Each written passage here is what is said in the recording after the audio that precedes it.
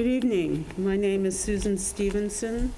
I'm the Chair of the Board of Architectural Review and Historic Preservation for the Village of Southampton.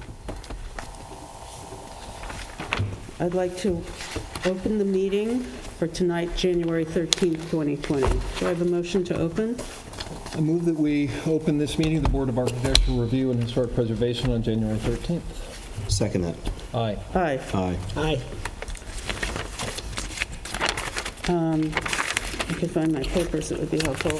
I'd like to introduce the board. To my left, Rob Coburn. To my right, Curtis Highsmith and Jeff Broadleib. Our counsel, Alice Cooley. Our historic consultant, Zach Studenroth. Our videographer, Charles Styler. And Jolie Sanchez is our recording secretary. Sarah Latham has the flu and agreed not to come. She was very sick.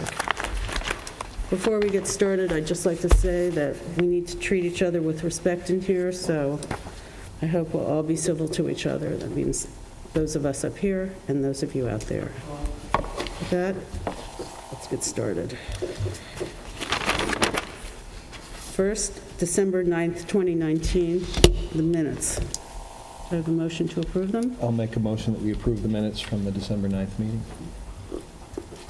Second? Aye. I wasn't here. Aye. Aye. Approved. Next, signs. White Oak Builders Corporation, contractor sign. I believe I saw this in front of that house on North Main Street. Step forward and state your name, please. I'm Chelsea Cooney. I'm with White Oak Builders, and we're going to have our sign approved for the village. So could you put, it should be facing us, I forgot to say that. Okay, great. Charlie, can you get that? Does anyone have any, it's fine to me, but. Nope, smart looking sign. Thank you. Okay. That's great. Can I just mention, this is a point of public education, because I was in the building department when you came in, I think, for another application. Yes. Just to be clear for the public record, once a contractor has a sign approved in the village for a location, they can use that same sign for other locations throughout the village. And it's simply a matter of renewing the permit every year once you have it approved. Once a year. So I just wanted to say that it's not each location that needs to be approved, it's the sign itself, and once it is, it can be used on multiple properties. So I just wanted to clarify that. I'm going to make a motion that we approve the application of White Oak Builders for a contractor sign. I second the motion. Aye. Aye. Aye. Aye. Great. Thank you. Do you need to keep this? No. Nope, you may. Thank you. Thank you very Thank much. Good luck. Next, Brown Harris Stevens. Did we already do this one? Good evening, board members. Liz Vale, Farrell Fritz, 50 Station Road, Watermill. Hi. This is a replacement sign. Meets the code. It's replacing the Halsted sign at 31 Main Street with a gray wood sign and white lettering. Okay. Do you need more information? I brought a paint chip. What is the color for the record? It's gray. It's a dark gray. Specifically, dark gray. That's the actual Painted wood. name of the color. So yeah, it's big lettering. Yeah. Is that font representative? Yes. Then it strikes me as being rather large and could be taken down. I don't know what the font size is, but especially when you compare it to the Halsted sign that was there before, which is extremely The letter understated. size is large cap 12 inches, small caps 8.6 inches. And then it's centered vertically and horizontally. It may not be so much the actual width and height of the letters as it is just the boldness of the font. Do you think it's because you're comparing it to the existing sign? I think because it's just big. Okay. I mean, we like to avoid billboardy aspects of signage in the village and make them fit in with a piece. It feels like, I know that you're replacing in terms of the sign size, one for one, but it is, and the purpose of the sign is to get attention. This one gets a lot of attention because of the size of the lettering. I would personally feel more comfortable and feel it was more appropriate if the lettering was simply smaller, centered, but I Well, don't. small center, it looks like it's bold face. It looks like it's bold to you? The bold face. Yeah. As opposed to, I don't know, what's the Well, opposite the of bold font face? is Cadiz black, which of course it's a dropout, so it's of that. Is there any lighting or any type of lanterns there now, currently? It's going to use the existing lighting. Yeah, existing lighting? Yeah. The existing lighting right now, is there one, two, I don't actually, I think there's two existing lightings, but I'd have to double check. Okay, so the on the two lighting. will play. So Yeah. in other words, not only will the bulb be bright, but you have two lighting, projective lighting elements that will be pointed towards the sign itself, so it looks a little even more grand. I think if it was reduced in terms of its font, it would be more, I think. Okay, so you'd like the font reduced? You're like, so, excuse me. Any other sign, any decals on the windows, anything on the No. door? No. It's just the, Just the sign, yep, Is there a way to, which does meet the code. it does meet the code, but Yes. we don't like it. And Brown Harris Stevens, this is the font that they use? Are you- Yes. Always? Yes. This is So their if we font. were reducing it, would you want it, it's still going to be this thick, is that correct? Cadiz black is in a dropout here, Yeah, is a thick font. it is. What's the style of the font?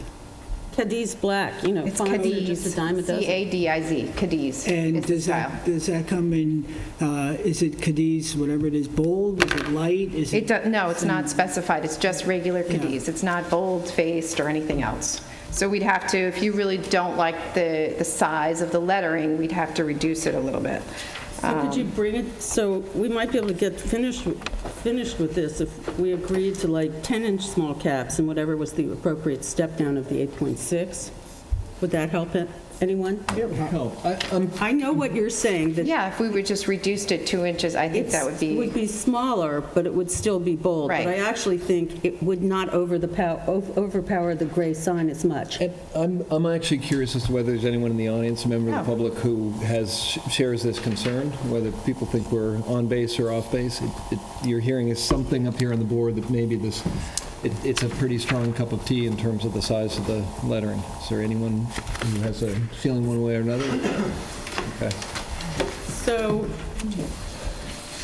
are we allowed to mark this up and just say 10-inch and? That would be great. mark it? She has to mark it up. sure, I'm happy to do that. Here. So this is it's stamped going in. down from what inch to what inch? So instead of 12-inch small caps. You're it'll be looking at 10-inch. And then I would say, and the Proportional. appropriate Yeah. reduction. See where Okay. it says the description that your company has? Yep. Okay, because I realize you want to get it finished. Thank you. 10 inches of large caps, I think, and then a proportional size Yeah, for the... it's not that much more, but I think it'll really help. Okay. Great. I actually thought it was too big too, but I was going to keep my mouth shut. There you go. I'm going to, assuming this is being written, I'm going to make a motion that we approve the sign for Brown Harris Stevens with 10-inch large caps and proportional sizing, smaller sizing for the other lettering. Thank you. second that. Aye. Aye. Aye. Thank you. Thank you, board members. Thanks very much. Thank you. Good luck. All right. Next, sorry. I've got a leaky pen now. I got to do better than this.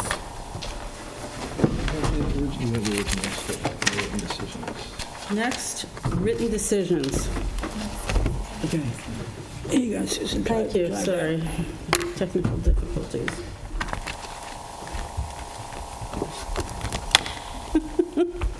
Okay, we've got it. The first is Pofal and Jimenez, which I need to find, which is 471 Hill Street. Do board members, are we in agreement? Did you all read this? Yes. Yep. Does anyone have any objections? Motion to approve the written decision for Pofal and Jimenez? So moved.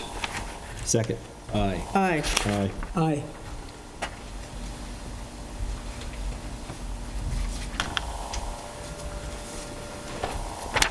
So do you have that file? I do. Great. Next, White Fence, Inc., Everyone read this too? Yep. Motion to approve the written decision for White Fence, Inc. So at moved. 409 First Neck. So moved. Second. Aye. Aye. Aye. Aye.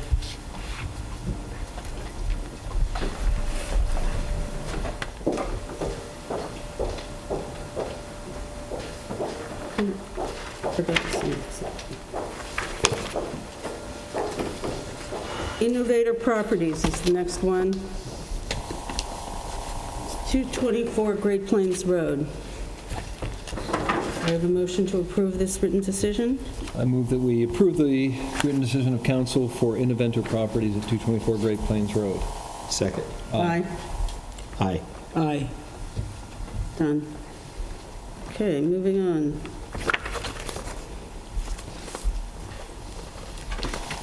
No driveway gates, non-historic. Driveway gates, historic, 180 Great Plains Road LLC, 55 Cooper's Neck Lane.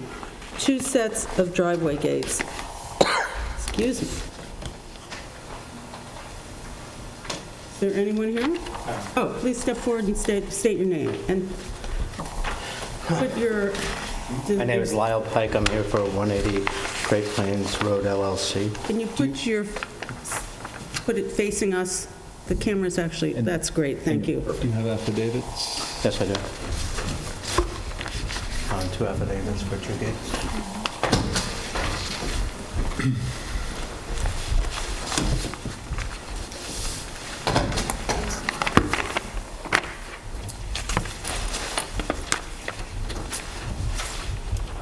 Well, you're good. Go ahead. The gates are exactly as the plan shows. They're going to be white. They're represent the character of the neighborhood. How tall are they? About. 6 feet. And they're made out of Wood. wood? Yes. White wood? White painted wood? That's what I mean. And the spacing It's is 3/4-inch spindles with a 2-inch spacing, I think. Is that right? great. Yeah, so there's more than 50%. All right. Anybody have any objections? No. Anyone from the public have anything to say about these gates? There's no lighting proposed for the posts? No. Yep, okay. Motion- I'll make a motion that we approve the application of 180 Great Plains It's Road. historic district. Oh, it is historic, sorry. Let me amend that. I'll make a motion that we close the hearing for 180 Great Plains Road and request a written decision from council. Second. Aye. Aye. Aye. Aye. Great. Thank you very much. Thank you. Have a good night. Good. Next, public hearings, non-historic. First, Lisa Bass, 20 Pelletier Street. Good evening, Robert Fischetti for the applicant. As you know, this is the 3rd time in front of the board. When we were here December 9th, the board, it was my understanding that there were at least 3 members of the board that would be willing to approve the porch enclosure if we made changes to the windows on the side of the house that's directly in front of the garage. Since December 9th, with a little bit of interruption for the holidays, my client had to consider that, the practical implications, the financial implications. The first estimate came in about $16,000. So up until really this evening, she was unsure sort of how I was going to be talking to you tonight. She's reluctantly willing to accept the condition. I'd have to come back to you with, it was a little tough over the holidays to get some designs and everything, but she also needed, she's a newly widowed with mortgage payments and tuitions and everything, so she had to consider the $16,000 and if she could, make it work. But in order to finish this process and to, reach an end to everything, she will reluctantly agree, and I'd ask for the March 9th date just to have a chance to get some plans. Well, I'm willing to go forward without changing the windows. Okay, that's Is there one. anyone else? Oh, I'm sorry? I'm willing to let it be. This is Pelletier. Yep. I mean, that would make my client's year. I frankly, understand that, so- not for the reasons that you stated. Okay. By the way, I'm sick of the, I don't want to hear Okay, anybody's that's fine, life that's history, I have one too. But I feel like it's not, the whole process was thwarted and miserable, but I actually don't think it's so terrible, but I'm willing to listen, it's up to the other board members, really. How's that? Surprised? You like the other windows? Well, or- I'm just, is there, what's made you, I don't want to put you on the spot too much, what's made you come to that conclusion? Just it's time to move on? That it's a bathroom, for one. That makes me wonder why you would want to have those two windows. If you, just to give you an idea of where the window would fall, Yeah, it and would it's in land front of the house. right in front of, Yeah, I those mean, are- that would Those are be, good, that's pretty good there. yeah, so. So, and I hadn't seen those before. So I felt like, oh, okay, maybe you should have said that before. I don't like how. I didn't realize it was quite so How it was, the dramatic. process was arrived at. But so, given that, even more so, I'm willing to allow it to just let it be. How about, so, anybody else? I never had an objection. Okay, so wait, 1, 2. Jeff? Jeff has an objection, right? Yeah, no. I object to the process and how we got to this point. Like Susan, I did drive by there, and whether it be the season or whatever it is, I found it less objectionable than before. So it's been a painstaking process to get to this point, and so I'm fine. Okay, so here's my problem. We still don't have some kind of a plan that I could sign that shows, do we? Oh, we do. I submitted before the last hearing a set of elevations and everything that's as is, that's there right now. You have a set of plans for, yes. We do it. Okay. Saw them. Motion to approve the application then So moved. of Lisa Bass. Wait, let me ask, is there anyone who has anything to say about it since this has been going on for a while? And any neighbors? No. Okay, go ahead. So moved. Second? Aye. Aye. Aye. Nay. Okay. That's okay. It passed. So as built, no conditions, right? Yes. I believe so. Yeah. Okay, thank you very much. I appreciate it. My client thanks you, and I thank you. Next time, let's not go this route. Let's, My client is now very educated in the process, so I will Okay, make thanks sure. very much. Okay, thank you very much. thank you. Shocking development at the ARB tonight. Next, 67 North Captain's Neck Lane, LLC, 67 North Captain's Neck Lane, construct two-story single-family dwelling with attached garage and accessory courthouse.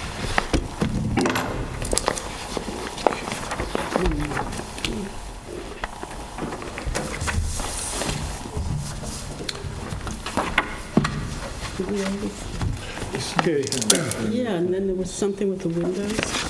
Yeah. good evening, board members. I was before the board in the December meeting, Your name? Charles King, architect.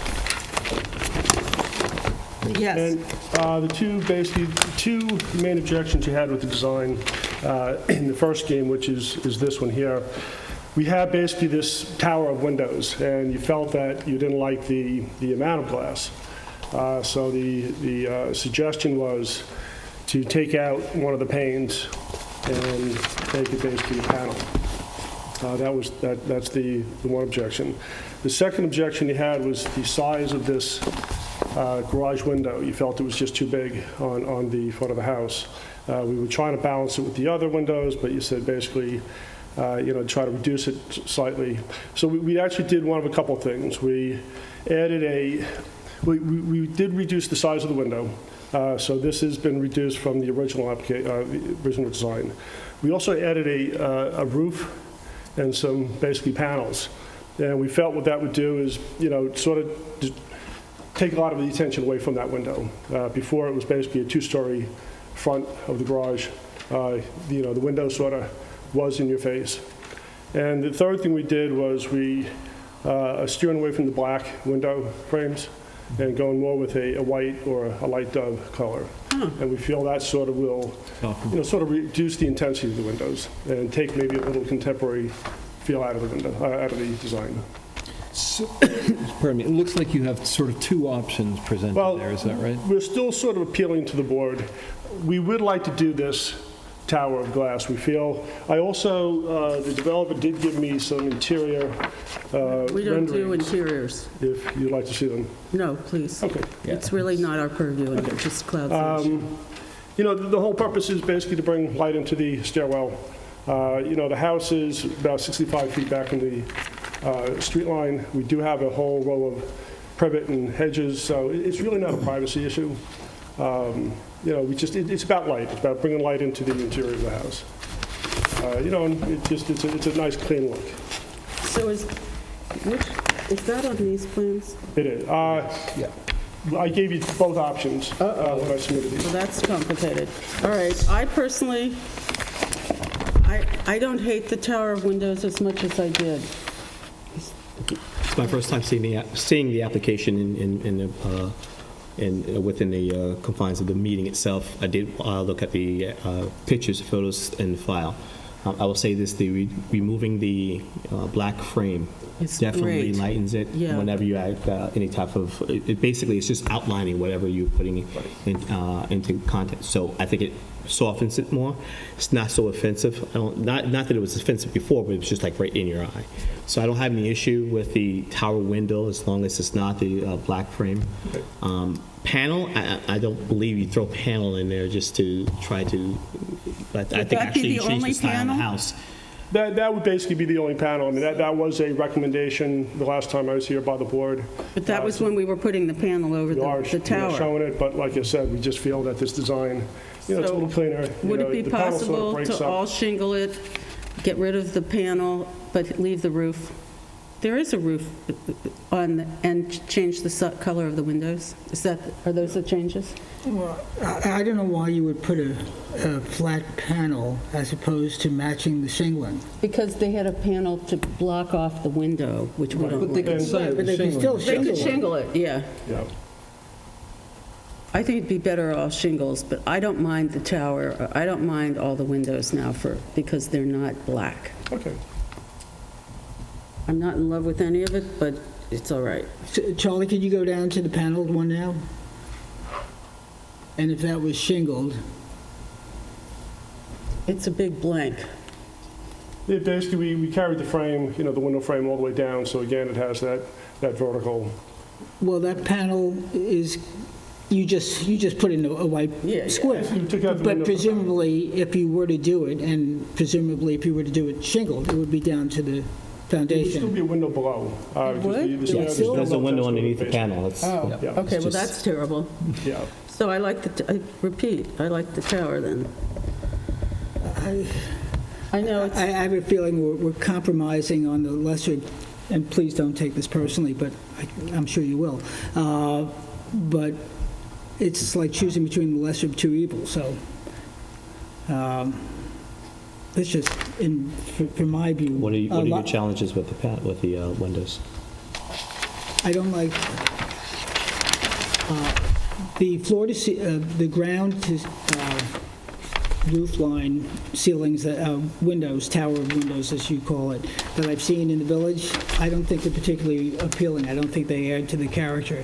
We approved one on Hunting Street that I think is not a particularly attractive structure. I know that's a matter of personal judgment and opinion, but as I sit here, I'm not inclined to see that on this house. I didn't care for it on Hunting Street and what it did to that neighborhood, and therefore I'm not inclined to set yet another precedent or pass on this. So that's my issue.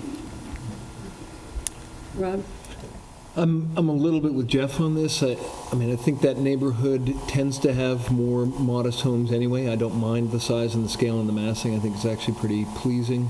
I'm the first to say in a lot of applications I don't like the barn door shutter effect, but I think in this case, for the reasons you mentioned, and adding in the horizontal roof line there to break up that gable end makes that more appealing, so I like that change.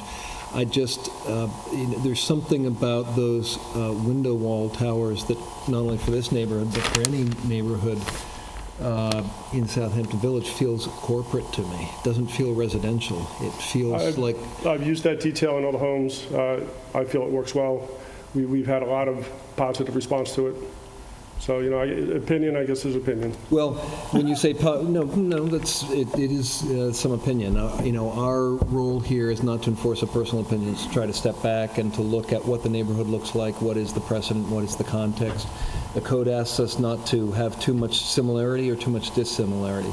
And this is one of those elements to me that feels too dissimilar from the fabric of what's here already, are those window towers. There have been a few approved, and I think they proved the point that to me, they never really fit into the architectural fabric.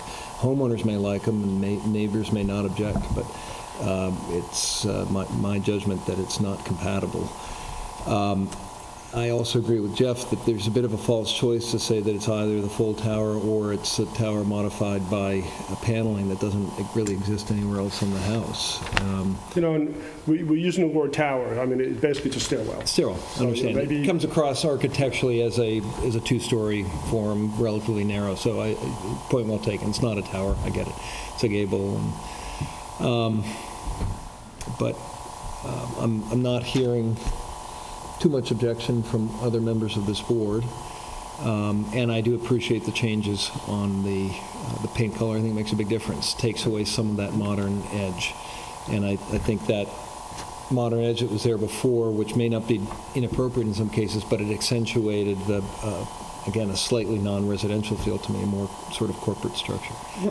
Can I ask you? So I find this whole thing to be discordant, the way it sits, The whole gable? that whole thing. Gable I end. mean, but Yeah, it is. it's just out there, kind of. It is actually, that element is set back from the garage, so it's not Yeah, I like it know. is the foremost. That's where your eye goes, and the front door is right next to it, correct? I find it's very difficult to find the front door on this particular house, that there's so many other things in your eye. Is there, so other than that you can see that the light goes into the stairwell, what is,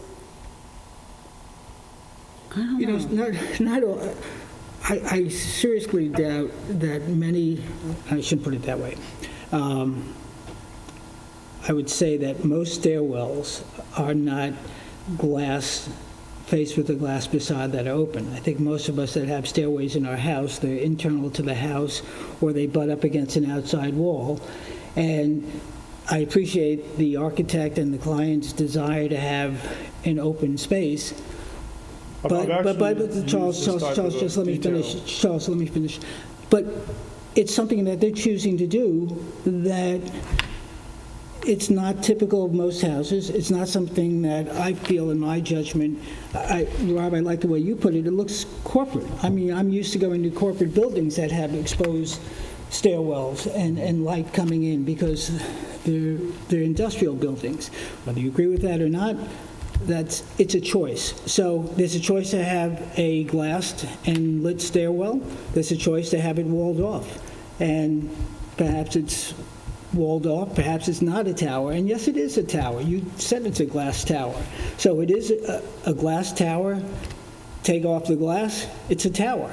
So either way, you got something there, to me, that's just not compatible. So Charles, as it is, with or without the panel, it's not going to get my vote.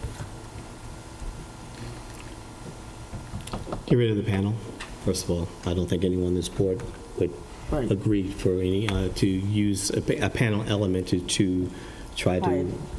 well, that's what you're doing, pretty much hiding. Like I what- said, it was a suggestion in the last meeting, so we tried. I think it was a suggestion to not have break such an up the- elongated Glass. glass. Is there a way to reduce the elongated windows to make them more, a little shorter, have a little bit more of a band between?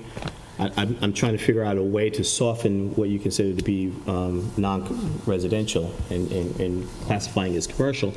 I don't see it being commercial. I see if the entire building were in a different facade, in a different manner, in a different style, that it probably would be the case. Okay. But the materials that are being used, the style that it's being used in, it does the fact that you've taken away, which was the black frame windows, that would have been more corporate look. I think you've softened it to a degree where it's more compatible.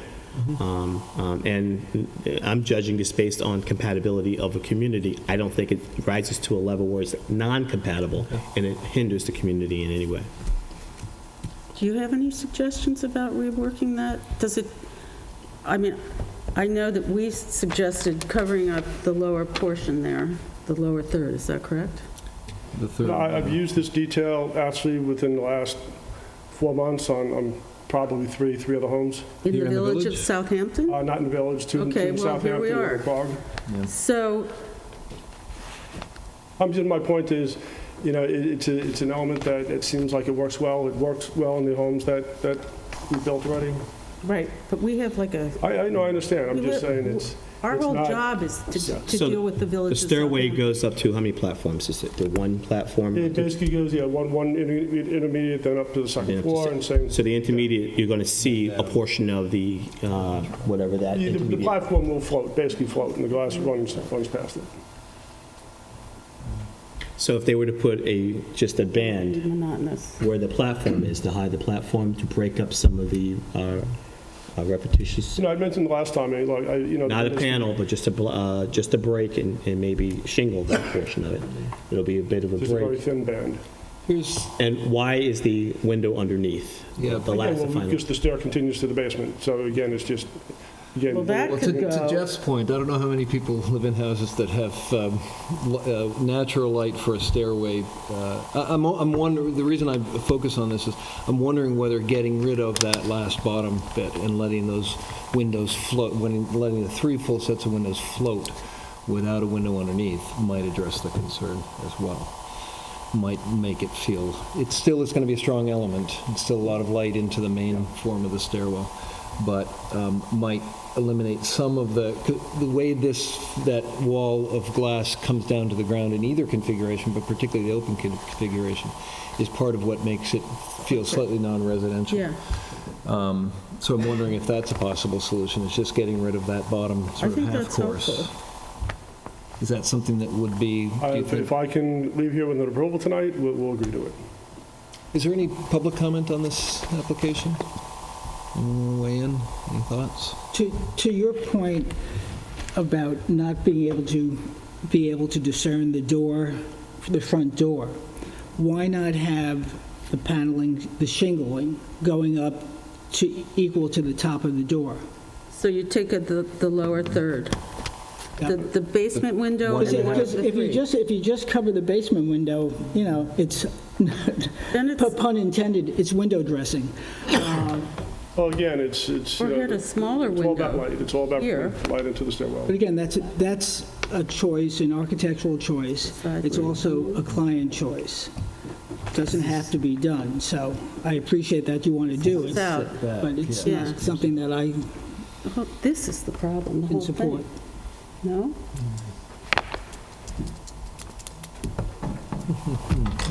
So where are we here? Do you have any, Oh, you do? Take this out? This one, that's a- Oh, this, and bring this up. Then you'd have one space. so what? Because there's precedent for different fenestration, lighting a staircase. yes, Different from at different levels. lining these up and lining these up. So what would you do? I would drop the top one How far down? a little bit, bring this one up, so that you don't And these, have and are we stacked windows. leaving this one here? Yeah, because you'd have shingle in between, and shingle here. So you know what I'm saying? So there'd be 3? I have to see it on the plan.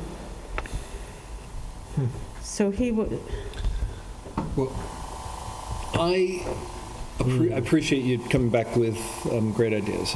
For me, the solution with the paneling in it doesn't work. Whether that's because it's paneling as opposed to shingling, I'm not sure, but I'm not sure it, to me, solves the issue.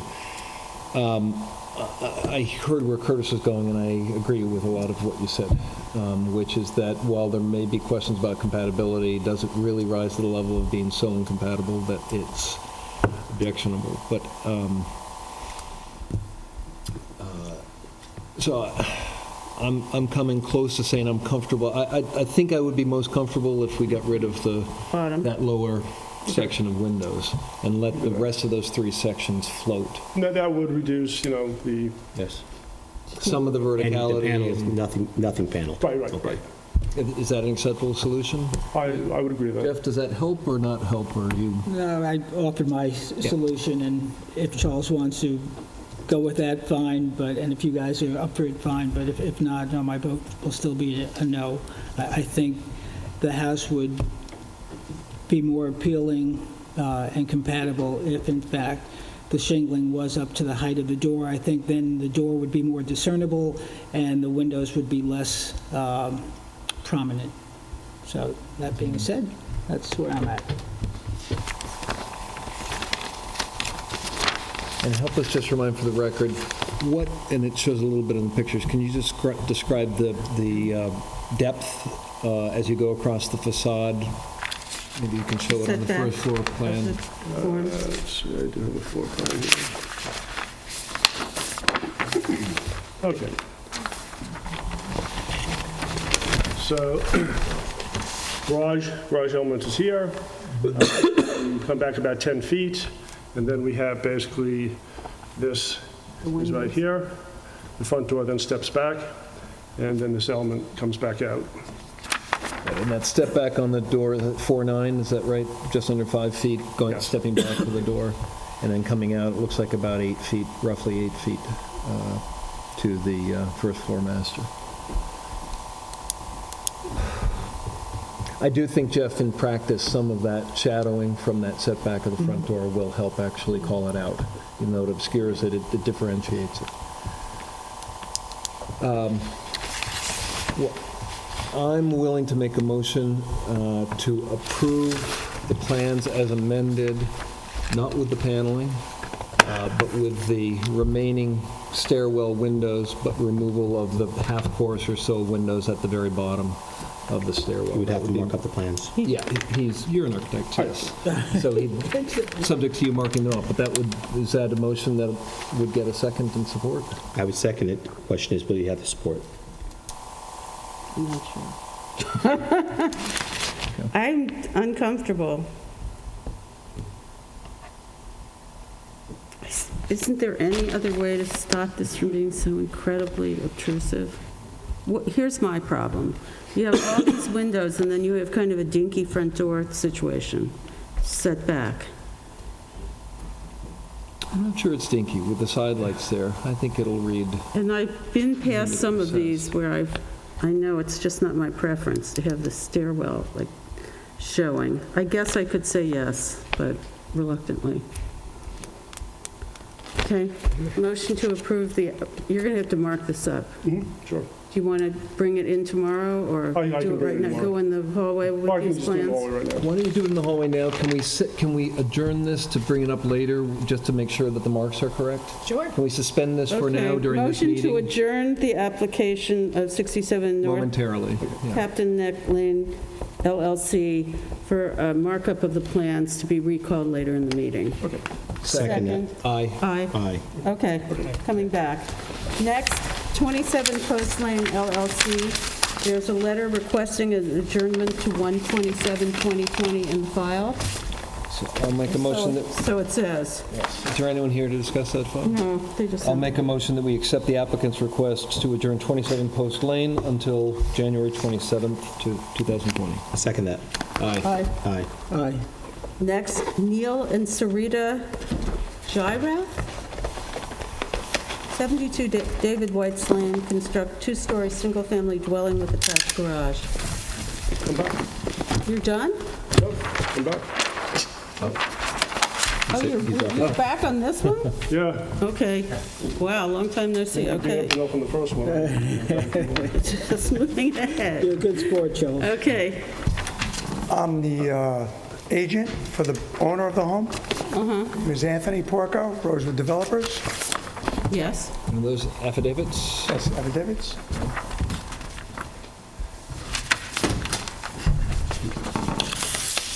No, leave that one there. And just give the board some of these.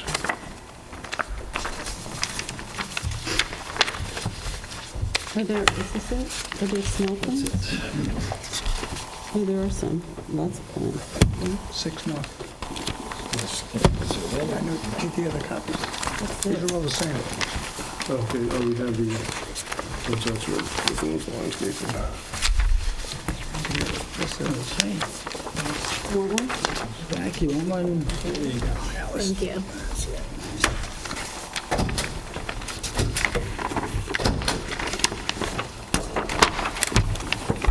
Jack, you good?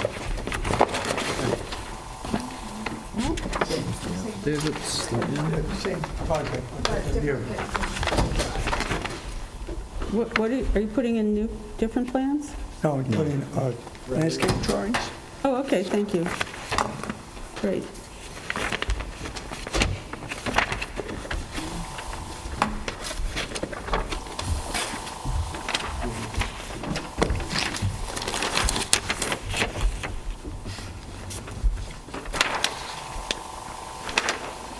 Can you just turn that so we can see David White's, yeah, turn the landscape plan, sorry. Just turn it this way. Yeah, just like that, thank you. Can you go ahead?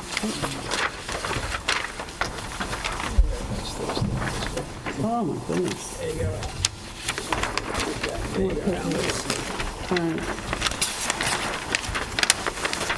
Look at the site plan. Another one for you.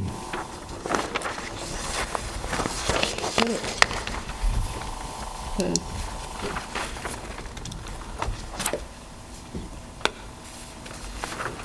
Go ahead. Okay. Again, application, David White's Lane, single-family dwelling. The house, as you can see, is going to be white shingles. This one has black windows, black frame windows. We have board and batten white on the gable ends. Because of the width of the lot, we had to basically bring the garage a little forward. It is a side entry garage, so the garage doors do not face the street. So we developed sort of a courtyard effect. The existing property is totally surrounded by privet and hedgerow.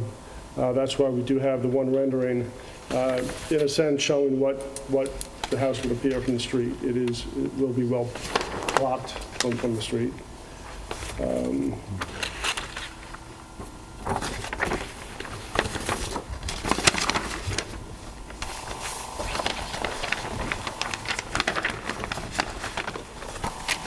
Appreciate you being mindful of not street-facing garages, and especially Do specifically that in the that. last time.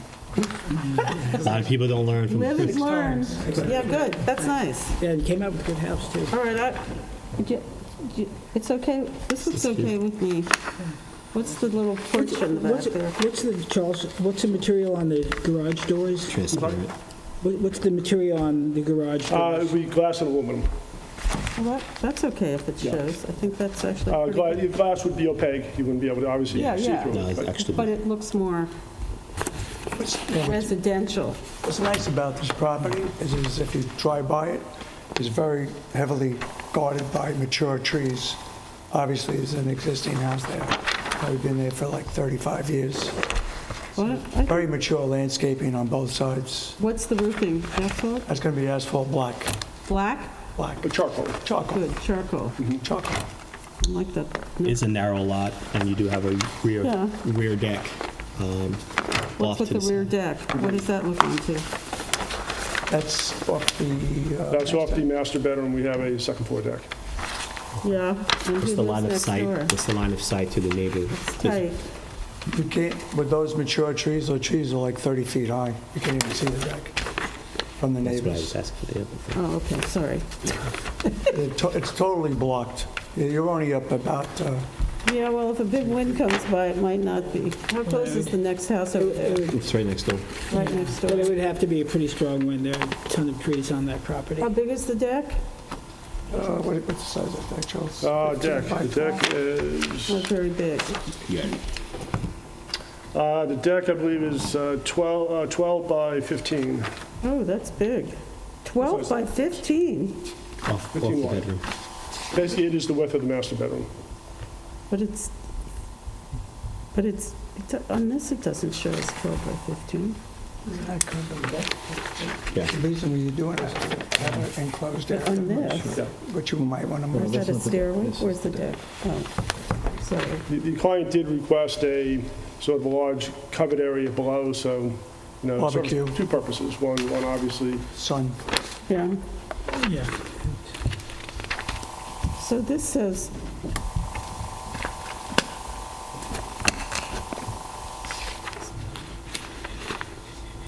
I'm not happy with the deck, actually. Anybody else? I would like to, I know there's, you said there's mature trees. I would like to present at least a visual of what the impact would be, so that we know how much density. Are you adding more trees? Are you adding more bushes? Are you adding more vegetation? The ones on the both sides, left and right, Okay. and the rear are 30-foot trees. And you're saying what's there now is what will remain? You're not adding anything? You're not retaking, you're not taking anything I away? couldn't bring trees in that size, you know, to add anything to it. They're very, very mature landscaping. We are going to add trees to the front. Overall, I have no issue with the design of the house. We always have issues with potentially creating a privacy issue for a neighbor. You're adding something to that particular lot. The neighbor is not adding anything, not presenting anything. So if you're doing so, you're also being respectful for the person who's living next to you. Well, we're only 10 feet high. We're not anywhere near the top of the trees. And those are evergreens. They don't obviously lose their foliage, so there'd be no That would be my concern. visible throughout the winter months as well. I'm not happy with the deck. It's 12 by 15, that's a big deck. And this is a tight, narrow lot. Make the deck smaller, I might be able to think about it, but I think it's the part that you can go out on. 12 by 15, it's like somebody's living room, is I it don't not? think it's quite 12, by the way. I think it's closer to 10 feet. Do you have that? I didn't take I the don't really dimension have in a the dimension. plans, but for what it's Don't you have worth, the plans here? I think it's, Well, My I think, concern is this, it's so tight on the lot, and with the neighbors, I mean, why are we doing that to the neighbors? I think to some extent, and to what Charles was saying, the size of the deck is a consequence of the fact that they want a covered area Barbecue on the area. first floor. I don't disagree with that. That's If you brought photos in to demonstrate as part of the file itself, to show that there would be no issue, that there would be no visual issue and no visual impact to a neighbor, we have no issue. The thing is, we don't see that right now. Have any of your board members visit the property? Yes, I have. I visit every property that comes Oh, you- before us. Do you remember the height of this? I do exactly, but Curtis makes a very good point, and that this is a public hearing. So what I would suggest, and this might be helpful in convincing Susan, and we're only talking about a matter of a couple of weeks, come back with a design that has that deck with a 6-foot person, okay, and then the line of sight to the neighboring properties with an actual height of the arborvitae that are on the either side, and then that way we may assuage her concerns and any other board member. So let's do that. Okay? Was it the height of the deck, or is it the size of the Line of Deck of the sight. deck. The size of the deck? It's the deck, because you can look, and from this plan, there aren't any arborvitae here. There are, I don't know why the, So all Curtis is Okay, but saying we're is, not guessing, we need to have on the record. I I understand personally, what I'm not sure, Right, yeah. I'm not sure I could, I feel like you've got these tight lots, and the more aggravation you give your neighbors is not really a good idea, and they deserve privacy, and so do your people. So if somebody did that to them, they probably wouldn't like it. I wouldn't And I even- don't, to have a place underneath, you can design the house to still have an overhang without having a deck. There are plenty of them. so prove, Drive around. Just demonstrate that there will be privacy issue. And I think the height of the trees. the height of the tree is. whatever it means, whether it's the height of the trees, sightline, you create another buffer, you create some type of visual, and whatever it is, make sure that we are able to. I'll get It's some only drone 20 shots. feet. How's that? When you get up high, 20 no, feet. you don't have to do that. I think Charles understands what we're saying. I do. Okay, good. The deck, a 6-foot person, eye view, either 360, What if they were only Into the height 3 of feet trees. high? he knows what to do. Let's go on. All right. Are you asking for an adjournment to our next meeting? Do you have something more to say, Rob? I just wanted to say for the record, while I appreciate the tight lot you're dealing with and that the garage doesn't face the front, I, for one, believe that a large garage form, two-story garage form, in front of a house like this is, I can't think of anywhere in the village where it's compatible. I just don't think it's I think on compatible. Moses Lane or over there. Yeah, There are some, I'm saying, but I don't think those are I just built compatible. one on 85 Pelham, Yep, but the garage is on the side. yep. Yeah. And I think the board saw that house and it likes it. And I think I wasn't here when that was finally voted on. I think having a large garage in front there like that is, it does funny things to the house. You don't really see a house. You're seeing basically an accessory structure that is attached that blocks the house. And so I'm not generally comfortable with it. I think it's an odd form, especially at that full two-story height, which that is essentially, more than 1.5. The only reason I've done it is because they've been done before in the village. And I felt there would not be an objection. And the owners who I'm building this house for do not want a detached garage. They have little kids. They don't want to be trekking through snow in the winter. They want to go from the house, from the garage into the house. So that allows them to do this. I understand. They've chosen a very tight lot that forces you to do what you've done. I just don't think it looks compatible with Well, they carry the detail of, I mean, I understand what you mean by the accessory building, and if it's accessory set aside with a different element or different style, it would be one thing. I think it carries the architecture from the garage to the house. And the garage is actually part of the house. It's not a separate entity. You don't approach the house straight from the front. You are, coming from the right, so it is, you are entering sort of a courtyard effect.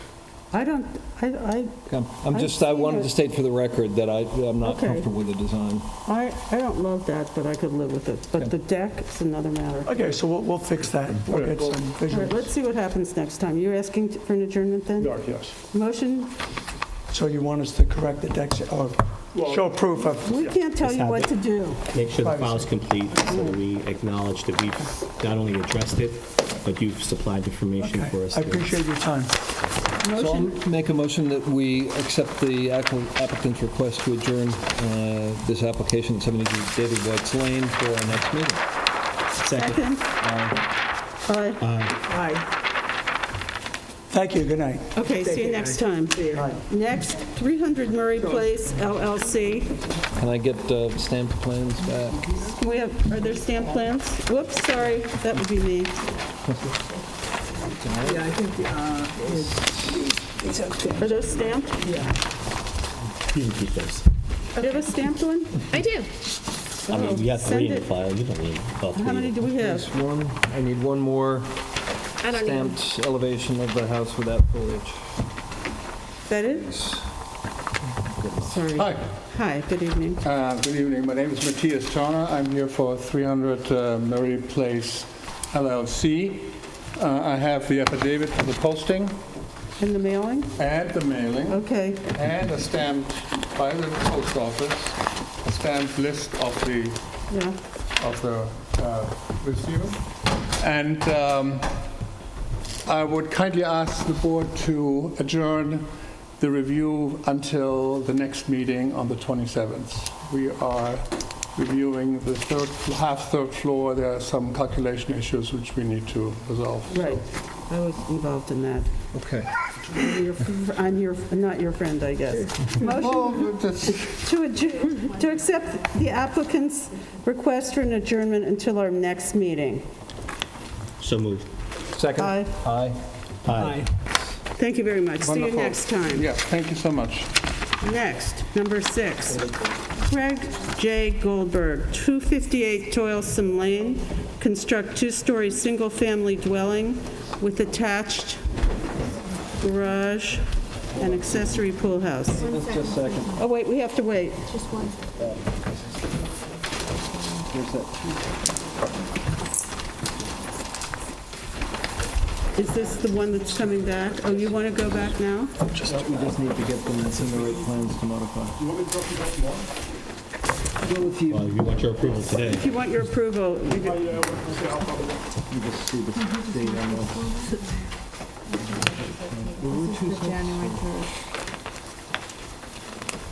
you might have to, is that January 3rd? You can use a smaller, maybe if there's Can we one use big. one set? Can we use one small set? Yeah, okay. If we have one big one, No binding? no problem. I don't care. He needs to mark up the big plan. They use the big plan. One large set and one small set. Yes. Whatever. And the panels. I'm on to the next thing, sir. And the panels. And the panels, okay.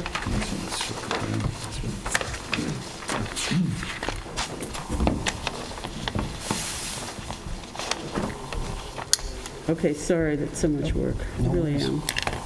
We have the posting and mailing? Finally remembered it, Rob. How many? More than 90 meetings later, I finally come up with it. Okay, so we have any small sets, or what kind of plans do we have here? Good. Let's get some of that stamped in there, so we can move ahead. Thank you. Good. Good.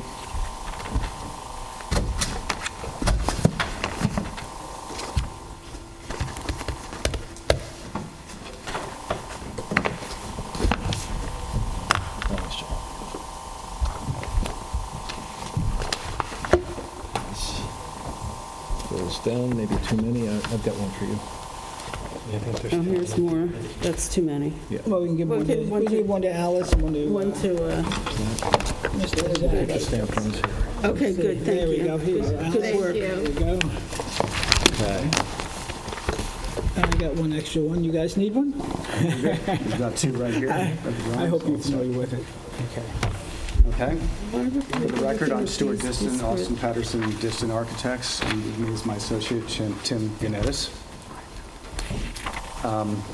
And we have three things that we heard tonight that we have here that I'm convinced are terrific. We've got dark windows, a garage in the front of the house, and a porch in the back of the I house. believe the entrance, yeah, good luck. And you're not on a thin lot. Well, let's start. So the client has a European background. We want the house to have a European feeling. So we have a house that we're organizing as very symmetrical with very clean punch windows.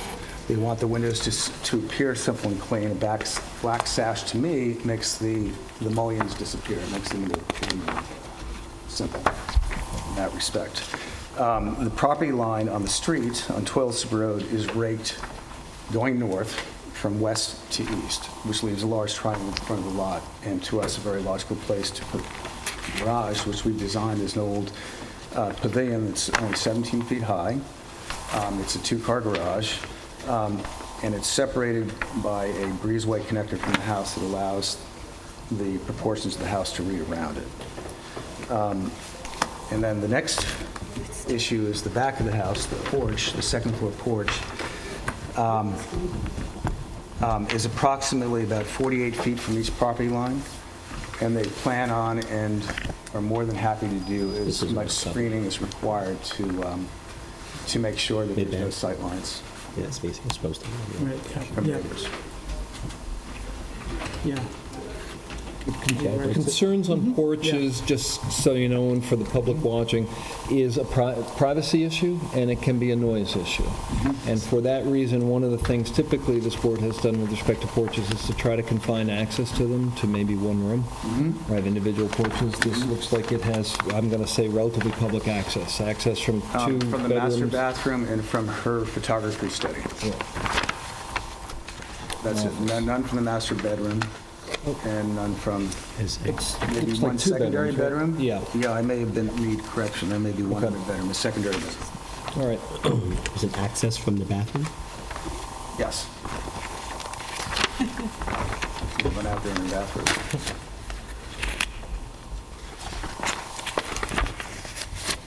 Okay.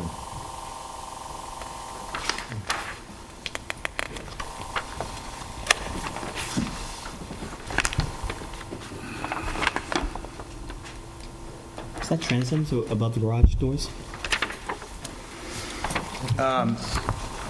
Yes, to get light into the garage. Is that the only window? Little clear stories. We wanted to make an attic freeze around it. And when you do an attic freeze, oftentimes you punch little windows in them.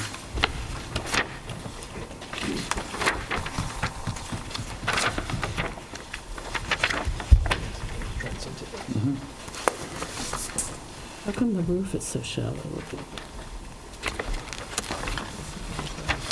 More headroom. A lot more headroom without capping it.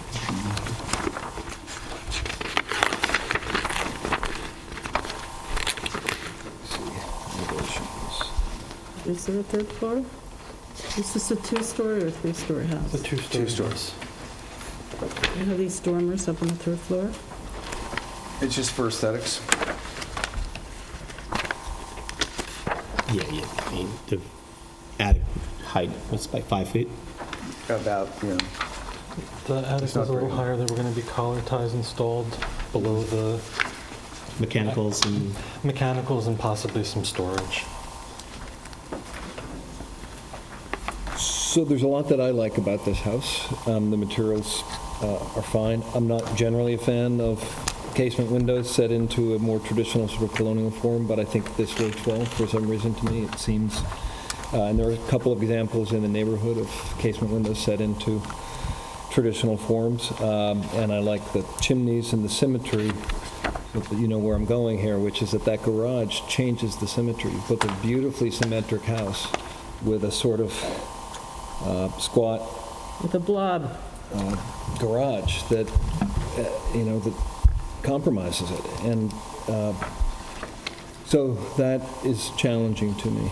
There's no place else to If I put may it. say, I'm going to have a really hard time convincing them to put the garage in the backyard because they want a connection to the house.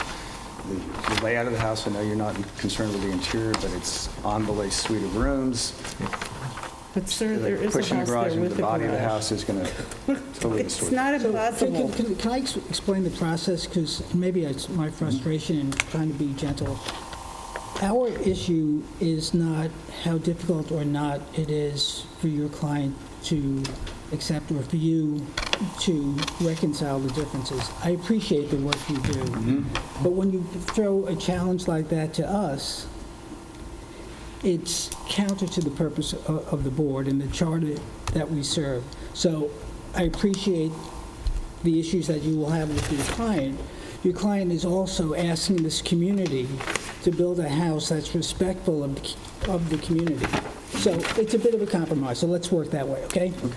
If the garage roof wasn't the same pyramidal form and was treated perhaps as a flat roof, and then the attic transom molding area was treated a little differently, would that be You less know, I offensive? think it's the actual location of the garage that we are against. And And it is the first thing you see. This isn't an enormous lot. This is I agree. You have compromised the situation. It's not typical of this street or of our community. And therefore, I don't think you're going to get the votes on this. So I think... Pure and simple. I'm sorry. Let's not, I'm cutting to the chase, but Understood. So I think, as Stuart presented it from the beginning, which you said your client wanted a European-style house, and it does have that, and you've accomplished that to a large extent. And it presents, to my eyes, a grand house on what's actually a modest-sized lot. It's an acre, but still in that neighborhood, not all the lots are 1 acre. In fact, on some of the adjoining streets, they're as small as a third of an acre. So it presents as a grand house on a moderate lot, which is problematic in terms of its massiveness. And then added to that, the garage, not only in terms of its placement, but the scaling of the garage. And to your point, Tim, a flat roof would not do much other than lower the height. But the scale of the garage, and if I look at the diagram, it has 2 cars in it, but plenty of, it looks like plenty of room on either side. So it's the placement, for me, it's the placement of the garage, as well as the scale of the garage. And put the two together, it adds a much more massive look to the house, which makes it, in my view, not compatible to the neighborhood of more modest houses. There are houses that are larger in scale than some of the ranches, like the one on One Pier Pond, the one across the street. The one that's going to be built next door is a good-sized house, but it's more traditional, and it has, I believe, the side width and everything else. It's just a bit more compatible to the style. I think you actually do a disservice, as much as it may be challenging to argue with your client. I think your goal of creating a European-feeling house is diminished by the placement and the scale of the garage.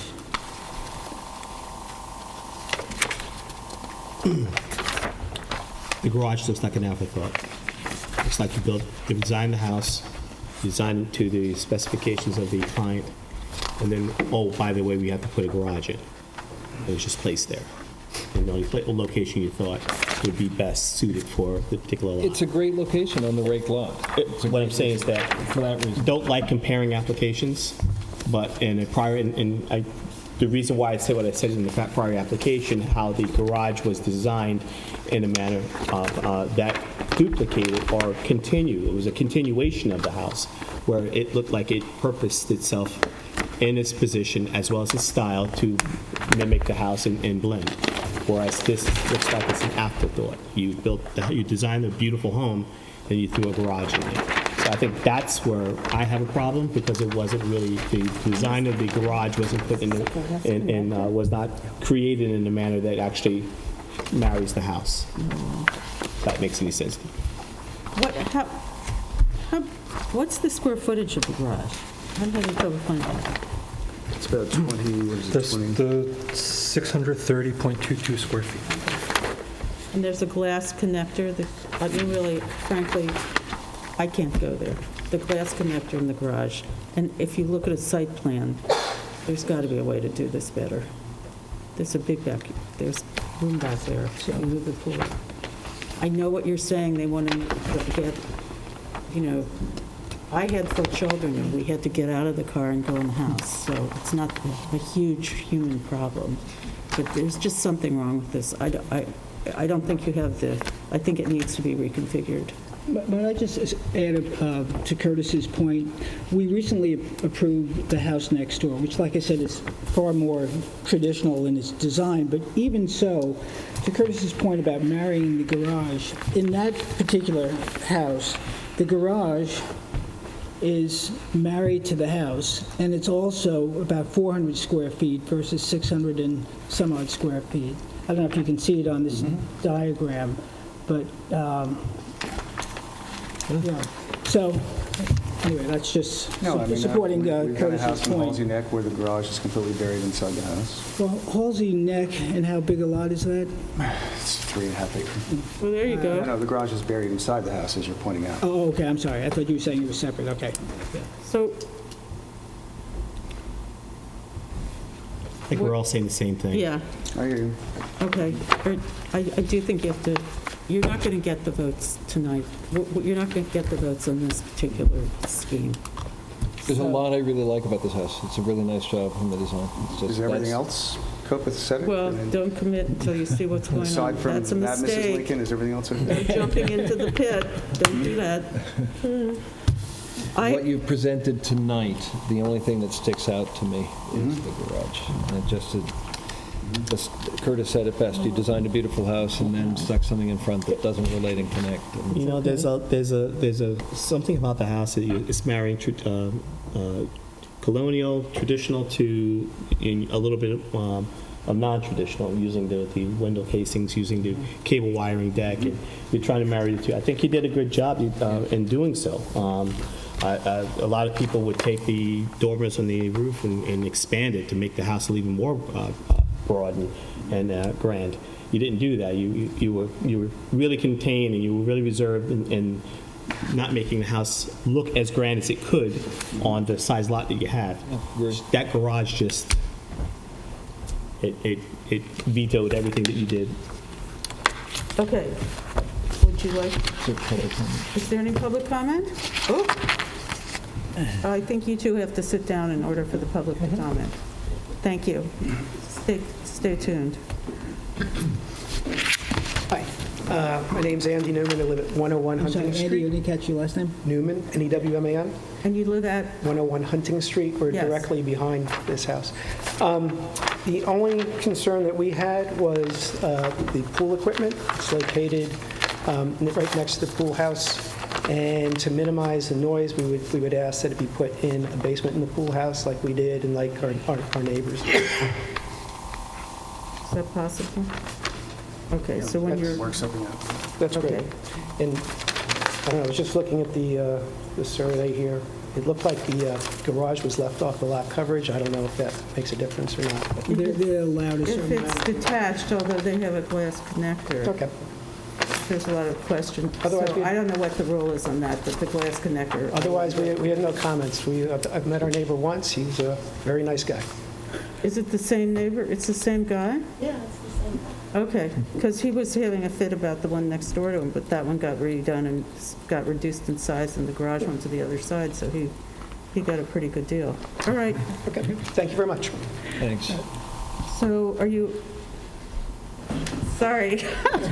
I don't know why this choreography is challenging tonight. So would you like an adjournment? I think we'll adjourn and we'll come back. I'll talk to the... Do you need more time than 2 weeks? No, I think if I need more time, I can write it in. Yeah, you can. And I'll- Okay? So So I'm going to make a motion that we accept the applicant's request to adjourn to our next meeting. Second. Aye. Aye. Aye. Thank you. Thanks, Tim. See you next time. Make the stamp set. Okay. Would you care for, we really of only need to these? keep 2 sets of these? Well, you can keep it if you want. Oh, that's okay. Nobody wants I'll it. leave them. Yeah, I know. My house Only if is- I'm writing a determination. I'll take one, just so I have it. You can take that. So this way I'll have it for the next time. Should we reopen You have 67 more Captain's potential Neck? use than we do. Is he here? Yes. Ready? Okay. Okay, motion to, We open the hearing for 67.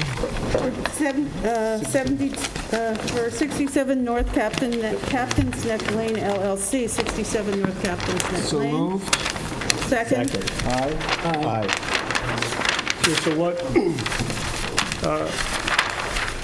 Okay, so what I've done is I've taken out the bottom window, and I actually will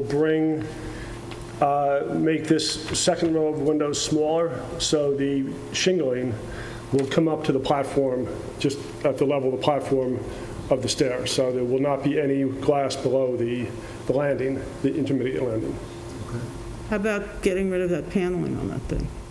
Oh, we talking about these panels? Yeah, Okay, we can get rid of the panels, absolutely. I'll sketch that. I'd want to get rid of it, yeah. Do you need a pen? But keep the roof, keep that roof that you Keep the added? roof, right? Yeah, the So, roof, I think I like the roof. Okay, you need to initial where you've done Yep. this, please. Okay, Is there paneling, or I'm sorry, so is there wait, something could we in just be more between the- specific about how you're just going up a tiny bit on those windows? on these, I'm going up to the landing of the stair. Then will it be Okay, and then asymmetrical? isn't putting anything in the middle? Will you redistribute the division of the windows so that it's three even sections, or will the bottom section just become shorter? I'll make sure all 3 windows are the same. Oh, okay, that's what I'm asking. Yeah, no, you're right, I don't want any odd-shaped windows. Keep the bottom half. Could Okay, you just would you mind just making that note, just with arrows to the 3 remaining Can't lines hear. of windows? Equal-sized windows. it's a board. Okay, we'll try. Charlie's yelling at you too. Oh, you're yelling at us? Yes, Yes. not at So- me.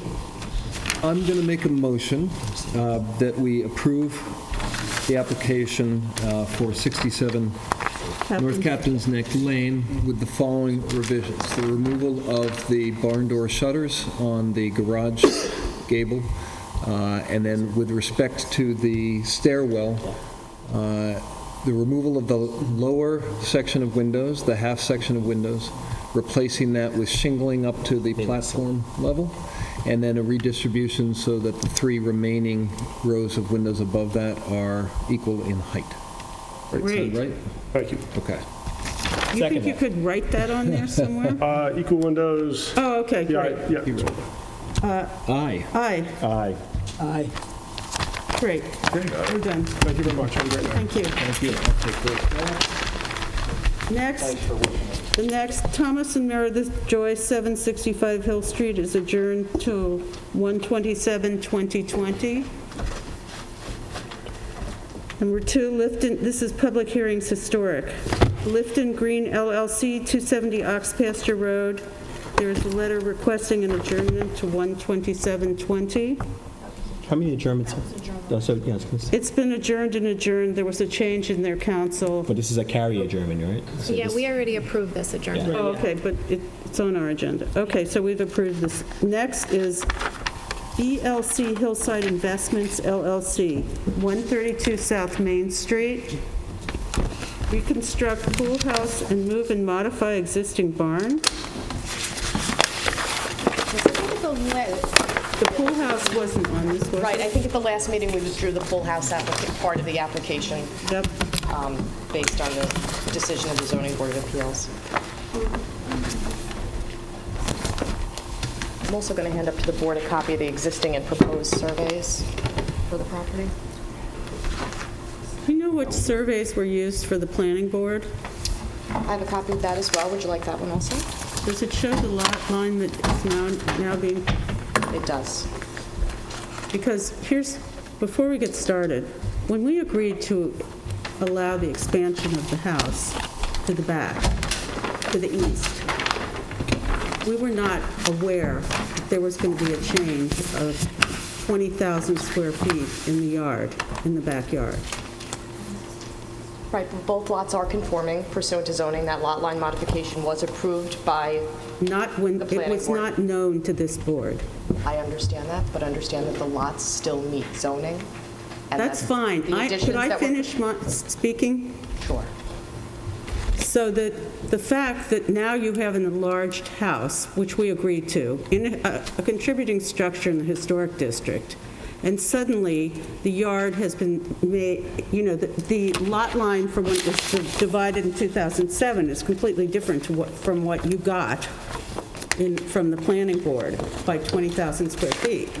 So now we have what I consider to be a fairly crowded backyard, which I believe that the order that this application should first have come to us for an advisement from the ZBA so that we could discuss the placement of the buildings and the impact on the historic nature of this property. And that didn't happen. So now you've gotten the ZBA to reduce the lot size considerably. Is that To correct? be clear, we did not require zoning board of appeals approval to reduce the lot size and modify the lot lines. That required planning board approval for the lot line modification. To be clear, both lots still Right. meet zoning. Zoning board of appeals approval was requested for the garage and for the pool houses. The pool house was denied, and the garage was granted. But now that the lot is smaller, you don't need an approval for the pool house, is that correct? Because it's, If you look at the lot line modification maps, once the lot line modification is approved, yes, then and the once the map setbacks are has actually different. been filed, the problem is sort of the process by which this occurred. But once the lot line modification is actually, once that map is filed with the county and the lot lines are actually changed, the pool house will in fact meet side yard Because the setbacks. setbacks are different, is that correct? Exactly. And And the because they're reason- moving the location. But we're not talking about the pool houses right now. Well, we are talking about the property in general, and we have every right to do so. That is the We yard. withdrew the application for the pool houses. I'm not talking about the pool house. I'm talking about the house and the other structures on this property that we have to deal with in a much reduced setting in terms of the backyard.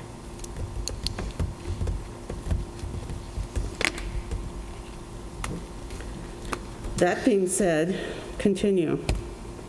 In the interim, we did have a site visit because I believe that the issue was the historic nature of the barn and whether or not that barn should be relocated or touched in any way. I did obtain records from the building department, and we did have a site visit, Mr. Studenroth as well as yourself, Madam Chairman, and I believe that verification at that time was obtained that the garage, in fact, does not have any historic value. That's correct. And I'm going to hand up a copy of the building department records for the file, which illustrate that the building permit was issued in 1988 for the reconstruction of the barn in its entirety.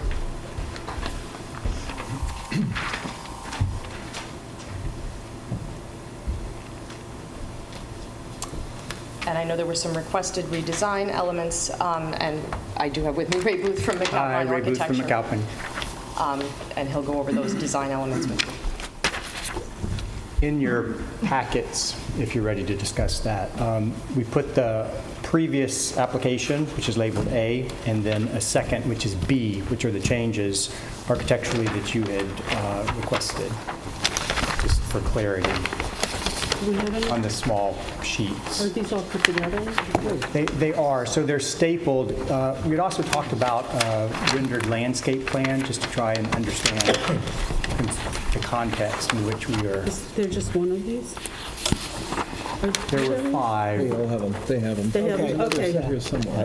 I just want to be on the same page as you. Sure. As your presentation. You don't So- have these numbered, so. This is the second packet, which is labeled B. This is B right here. Yep. Whoa, I have A. Yep. So A is the original application, last time we had met. B is the revised based on the board's comments.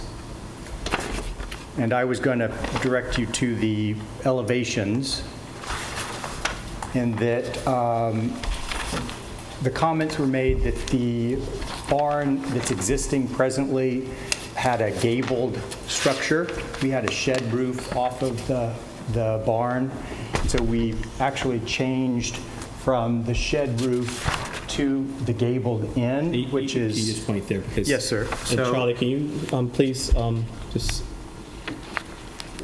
Yeah.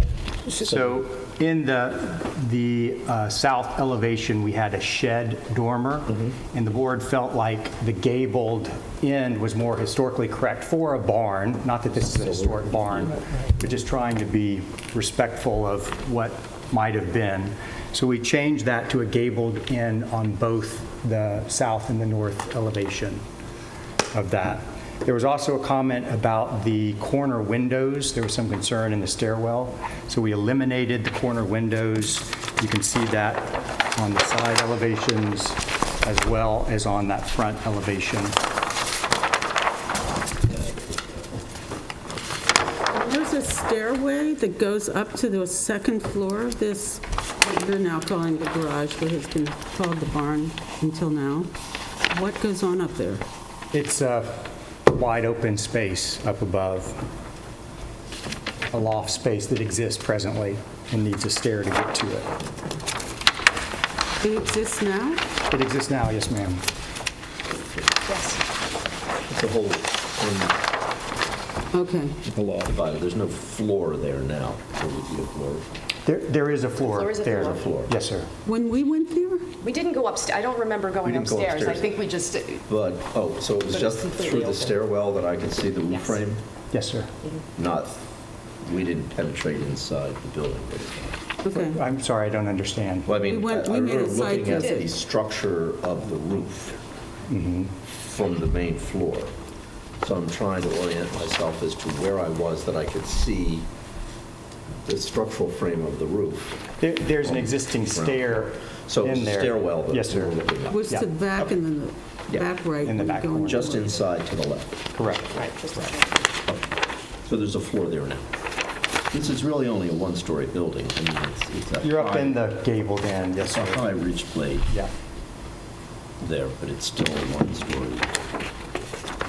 correct. So the barn, you just changed what the dormers, removed them and changed it to front gables. We eliminated the shed dormers, added the gabled in, which the board had felt was, if there was an old historic barn there, was more in keeping with what it would have been historically. And you other than removed the shed. stairway kind of... And eliminated those stair windows. Stairway windows, Yeah. theme of the evening. And you're carrying in the dormers, you're carrying the vertical all the way up to Yes, the sir. dormers? Yes, sir.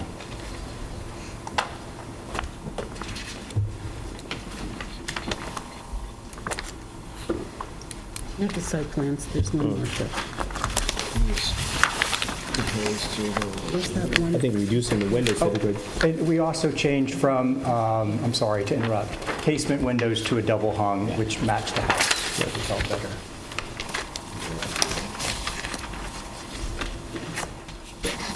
Is there a site? Here, do you want this Oh, one? it's this colored rendering. That is the landscape plan, yes, sir. Here's the marked up, Zach. Yeah, I have this one. Oh, do you want the one we were looking at today that we put the post in on?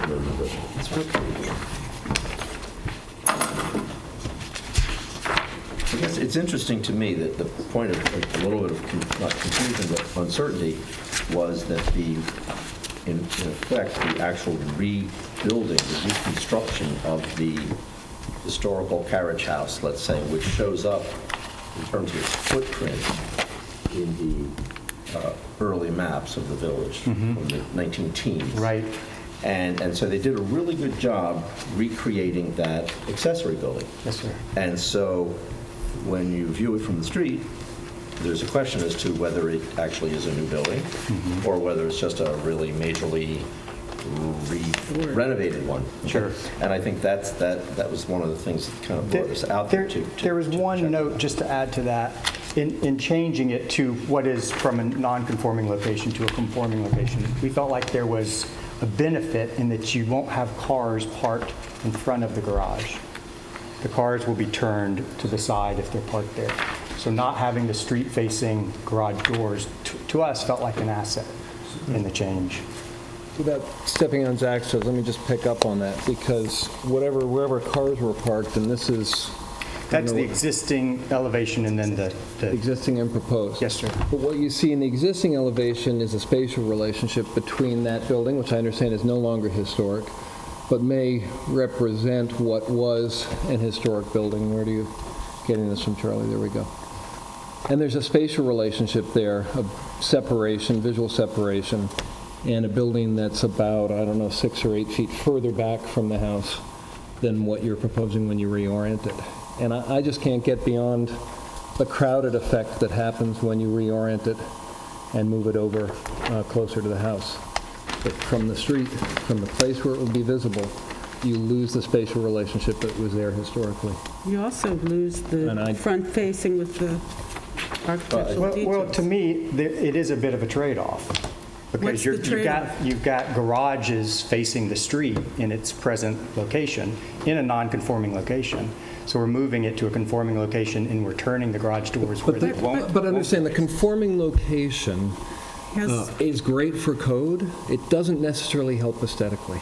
We're here to preserve the historical look and feel of if it was a historical structure, I would understand. And I get that it's not, but it's located. Listen to me very carefully, please.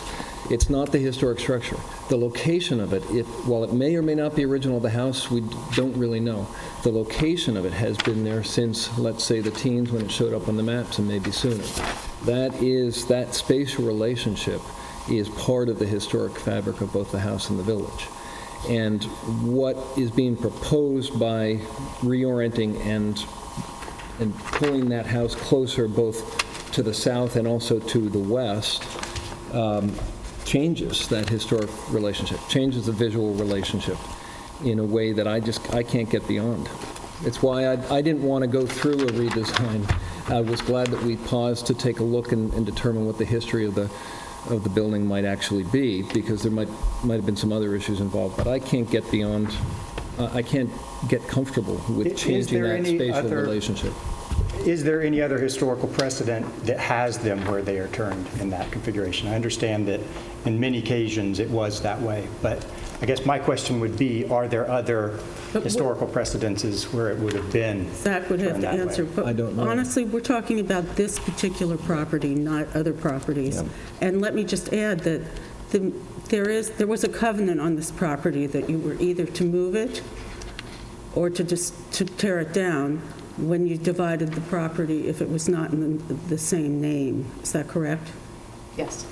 I'll hand up a copy of. Yes, so that's also, and from my perspective, that plays into this situation, which we weren't apprised of. So that the movement of this building has to do with subdivisions, and we have no control over that, but it would have been nice to know about it. And I feel twisting the building and connecting it is not acceptable. But Zach and I have been working on this a bit, and we'll let him speak. The reason I mentioned the coincidence that the building that you presently have, which is a new construction, is remarkably the same as what it had been historically, is that causes a bit of a, because it reads as a historical building, and it's in the historic district, and it's on a lot on a street where these are all street-facing houses, and to your point, the carriage barns were all facing the street. If you had a large corner lot, you would have the option to come in from the side to something toward the back. But these more narrow lots that front on South Main Street don't have that option. So you do have a front-facing, building. It seems to me that because the lot has been narrowed by this subdivision, that you now are squeezing that building in behind the house, and from the street, it appears as if it's an extension of the house. It adds to the visual massing of the house itself. So bringing it up closer to the back kind of accentuates that, whether it's technically linked with something rebuilt or not. So I think to save that building, which is a nice big building, it's a very useful structure, and somebody might have lots of carriages to put in it someday. So I think the most productive result would be to push it back so that from the street it wouldn't look as if it's an extension of the house. Because the house, which is what the Chair already mentioned, has already been substantially elongated. So now you have a longer than... Sure. Can I speak to that? Yeah, sure. So in these rendered elevations, which we had also discussed, the house does have the barn does have serious distance from the house. One of the reasons we wanted to go with a dark charcoal or a dark green for the house was specifically for your point, that it allows it to fall into shadow and disappear into the trees. And we included the renderings for that reason, so that you could see that our goal is for it to be minimized and quieter in the landscape than be an object that is in it for the reasons that you're mentioning. Can I go further to the back? Because it's not a... There is a tennis court that the clients had bought the property for that they're trying to maintain. So that's part of why things have ended up where they are. The tennis court? Yes, there's a tennis court that straddles the property line, that and the property behind it, both of which are in the same ownership, and they're permitted to retain the tennis court as long as they're in the same, the properties are in the same ownership. And I'll hand up to the board a copy of the lot line modification approval that allows for that. Okay. As well. But, sorry. That's but not just so I understand, it looks like there's 100 feet between, maybe more than 100 feet between trying to give a dimension here, but before we even get to the tennis court, it's about 100 feet of backyard there behind sort of the pool area, back to that tennis court. I don't see the tennis court on these plans. It's off this drawing, right. How about in here? Why couldn't this little guy come down and... I know, I'm not going to say that it couldn't. I know the client was trying to maintain a play yard for their Well, I think children. what's happening, though, is if you look at this, which is rather lovely, how this is portrayed, is that you have all of this... Jammed up. You want some more room there. There's all this structure. It's buildings and it's terracing. It's very Italian. It's terracing and levels and the pool and the hardscape. There's all of that hardscape going on, and certainly that structure fits itself into that program. But it doesn't address the visual appearance when you're standing out here in the street and you see that large program. You see this building as a continuation of that program. And historically, I mean, if this were just somewhere else, sure, that's, but in this particular instance, that barn kind of sinks itself in behind the house, and it reads as if it's an extension of the house. It almost doesn't matter which way it's facing. To get it away from the house, I think it would help to push it back and turn it. And then you would get sort of that carriage house feel. That's what the purpose of the building was, in the landscape. So I think this landscape is it's not a South Main Street landscape. There's all of this hardscape terracing and buildings and outbuildings and pool and all that. But one question. Complicated. If we were able to get it further from the house, I know there was a desire for these to have a relationship visually between the pool house, and if it got further from the house, my question would be, how far might we need to go? If I can go to the client with that. And then would it be possible for it still to be in this orientation so that relationship is maintained? Zach, may I say something before you answer? Where's that yellow? Because I have a feeling we may be going at... Way back there? Because of what you said, we may be incrementalizing it to the wrong conclusion. Okay. So I'm sorry, your first name again? Ray. Ray. Yes, So Ray, I'm with Rob. I can't get beyond the point of moving the barn from its existing location. And the reason I cannot has nothing to do with the legalities of it, which are surely, make the whole thing muddy, and you guys can argue back and forth. That's not why I'm here. I'm looking at this just as it is, accepting what is as it is, and recognizing the board's authority and responsibility to assess the placement of properties on the lot. So I'm just looking at it on the lot.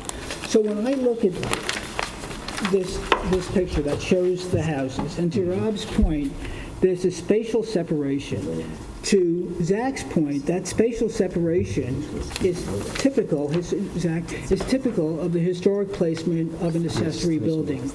When you move it, whether it's 5 feet, 50 feet, or not more behind the house, the way you have it shown here is Zach? Yeah. No, but the way you show it here, the spatial separation laterally is lost. The distance behind the house is now lost, whether you make it equidistant to where it is now or the same. But I look at the house now, well, as you propose it, it's a big house. And that's not what the house was meant historically to look like. But the problem, I think, is that the flag lot line that's been approved, the property itself cuts through the building. So the building has to be moved as I look at the site plan. Right, if you look at the existing... It can't be left where it is. It sits on top of the... Well, then it does become a lease. So it's common ownership? They're held in different LLCs. It's in the middle of the driveway. So it's not necessarily common ownership, but... In other towns where I've served on the board, you can have your turn. In other towns where I've served on boards, that was deemed common ownership. State of Massachusetts, different. Let me finish, please. So I'm looking at visually, and in my view, I like the separation. It's not a matter of what I like. To me, it's historically accurate. If human beings are trying to change that and are creating this problem, that's not my problem. And I think if the process and the laws have allowed it, that's beyond my control. But my vote as a board member is to preserve the integrity of the historic community. And in my view, moving that barn, whether you have to or not, well, I'm not going to approve it. So, and so then you can argue that in whatever venue you need to argue. But I can't get beyond moving that and destroying the spatial separation. I'd just like the board, if you could, to take a look at what I have submitted as the existing survey, and note that the garage is over the property line and actually blocks most of the flag to get to the back lot to begin with. That's why the relief was requested. That was created by the owner. No. This was pre-existing in this location, this way. It was created by an owner. To make the... Can I finish? Yeah. We modified it to make the flag slightly wider, and that we would propose to take the garage and move it so that we were no longer blocking the flag to get to that back lot. Can I ask a probably dumb question? How was a flag lot created without proper accessibility? That's a good question. It was assumed that With the building would be covenant. It was assumed that the building would probably be taken down. It was at some either, But demolition of a structure in the historic district would have required review by us, so why wasn't this coordinated with the ARB sooner? I wish we'd had you involved from earlier in this project. Well, I don't That understand. was in 2007. Right, that was long before my involvement or the Okay, so we're saying that back in involvement of the firm, 2007, the planning board allowed a subdivision of a property that didn't have any access unless you destroyed a building that needed to be reviewed by this board, and they didn't come to this board. I just want to, is that basically Yes. what you think? Okay, so let's not ever do that again, because it doesn't help you, no, and it doesn't absolutely. help us. I don't disagree with you. So then we went before the planning board for a lot line modification, and part of that process was relocating the barn so that access was proper. this is the lot line. That is the new lot line. So what does this tennis court, what are we It talking about straddles the here? line and can as long as it's common This is your, ownership. But it will no longer straddle the line once the maps are filed. Understand that we have finished the process with the planning board. right, so this Maps is, haven't actually been this filed with the belongs to county. lot number 2. Exactly. So what is this, your contention about the, getting to the tennis court? I don't understand. You know what the issue is? The issue is so that the current owner can have a buildable and saleable lot. I in get the back. that. And because of that, and because of whatever screwy things happened in the process, we're now confronted with an absurd situation of granting something that we would not grant otherwise, at least this person would not, and are told we have to because it sits on a property line. I don't buy it, and so I had the building inspector look, so it could be pushed back to this area with the new setbacks of the smaller, because once they reduce, this is like a rabbit hole, once they reduce the size of this lot, lot number 1, the setbacks change from 30 to 20. This was like pulling teeth for me to figure this out and get this right. But so that changes, and that's why the pool house would be acceptable. So he found a place on the corner, back Very corner, Northeast corner, sort of, it looks like. that would be, I think, in compliance, and it would not be turned. So one of the things we're all suffering from by not having had this issue addressed properly in 2007 or fully addressed at the beginning of the hearing process here is I'd be a lot more comfortable with what you're proposing on the reorientation and the relocation as you have it if we hadn't extended the house back by Correct. 12 or 15 feet, right? And the second floor by as much or more. So that's creating part of this crowding problem. And so it's one of the reasons why, and I get that circumstances change. It sounds like a fluid situation. I don't think there's any bad motives, but this is one of the problems where, by doing things piecemeal, you may get to a point where the jigsaw puzzle pieces don't fit. And to me, that's what's happening here. The jigsaw puzzle piece of moving that building as you're requesting, reorienting it and pulling it a little closer to the house just doesn't fit. Doesn't. So to me, the solution is to take it down if it's no longer historic, which would be a loss, but to me, not as bad, honestly, as turning it and crowding that house with it, or finding another location further back in the right. property. Let me just. I'm sorry. Yeah, go ahead. I'm with you. It's not a Hobbesian choice. It's not like you don't have a choice. You have a choice. Apparently, it was granted. The move of the lot line was granted, or whatever was granted in 2007 was included the demolition. So if you want access to that flag lot, you have it. Just knock down the barn. Quick question. And you have empty space, and we'll figure something else out. Looking at your I like that, Rob. very colorful design, you have a garden area. Yes, sir. Rear, and then you have the garage placed there. If you were to switch the two, it's the garage further back and the garden, which is in line with the pool, which gives that whole overall creativity in terms of the visual impact. If you were to switch the two, you create the spacing for the garage that everyone seems to have an issue with. You bring more of like a floral presentation around the pool, which probably be more desirable.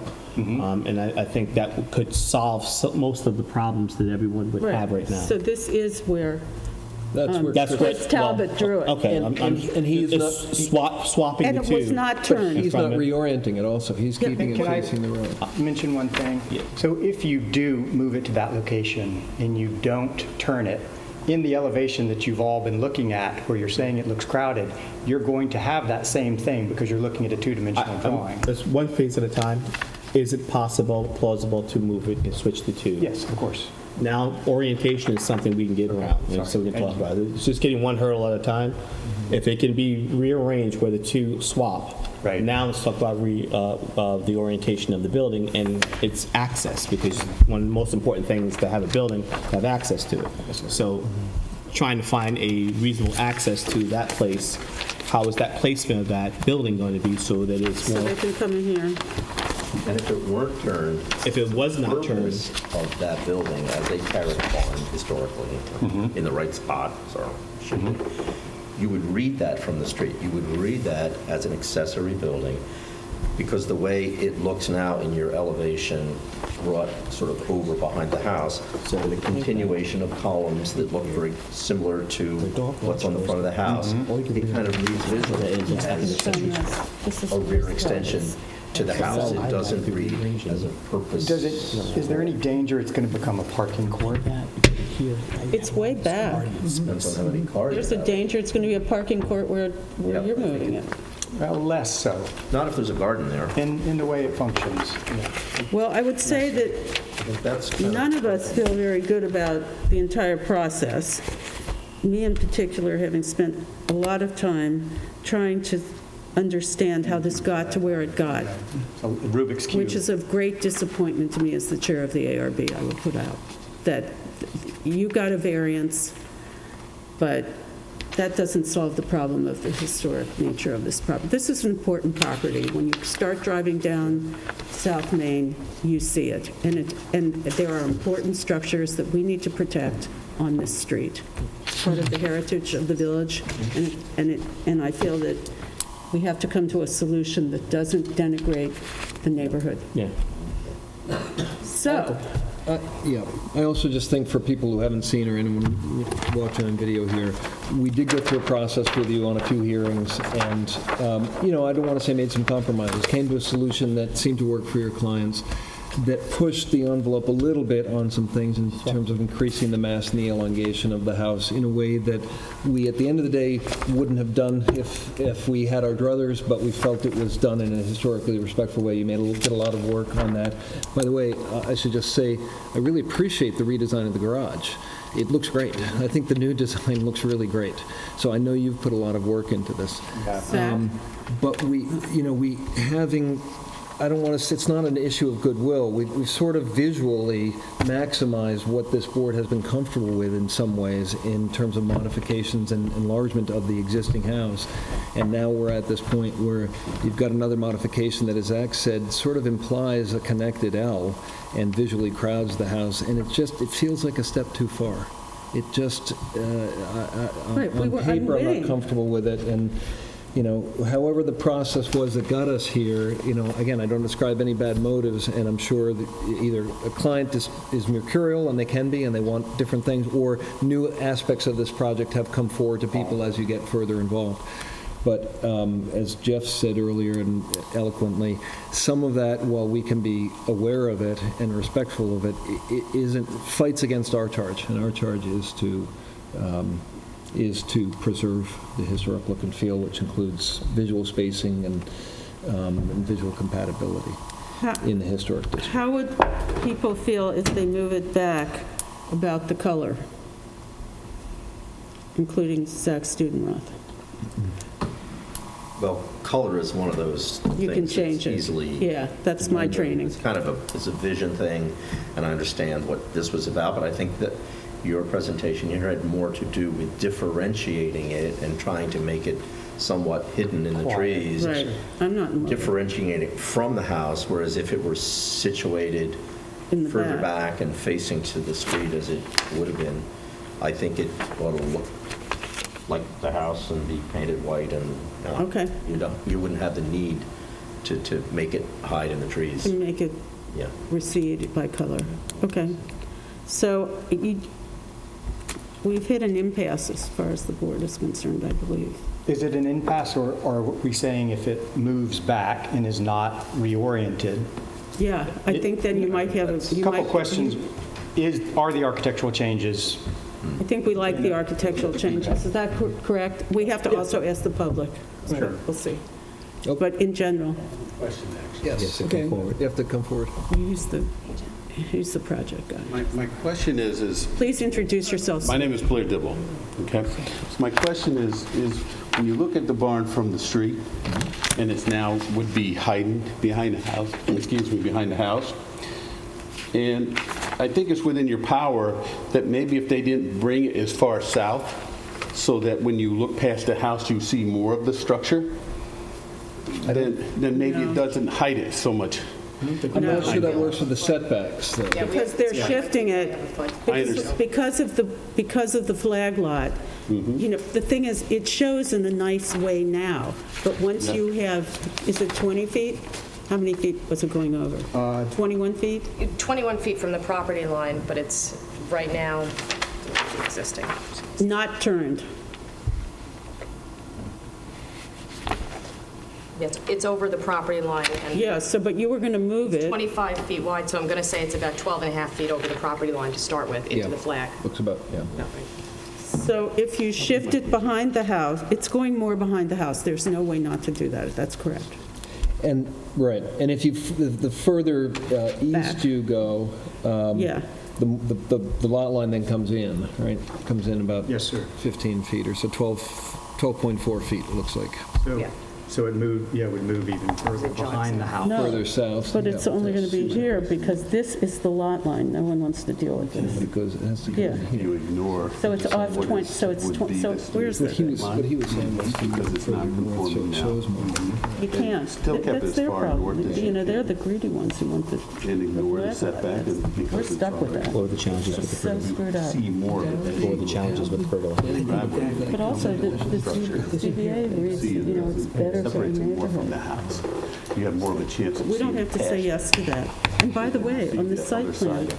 here's the tennis court. We could ask Found them me to by move turning it it back. the other way. You know, we could have asked, this is Might the have second a lot, chance so of it can only seeing be. that differentiate, I don't- different. This thing about the tennis court, I don't know what Maybe the you can see was. past. There's nothing shared except there are. Follow me? But they won't. because they're This is still. It is now. I don't believe, I'm done with that. Left it back farther north. To the setback.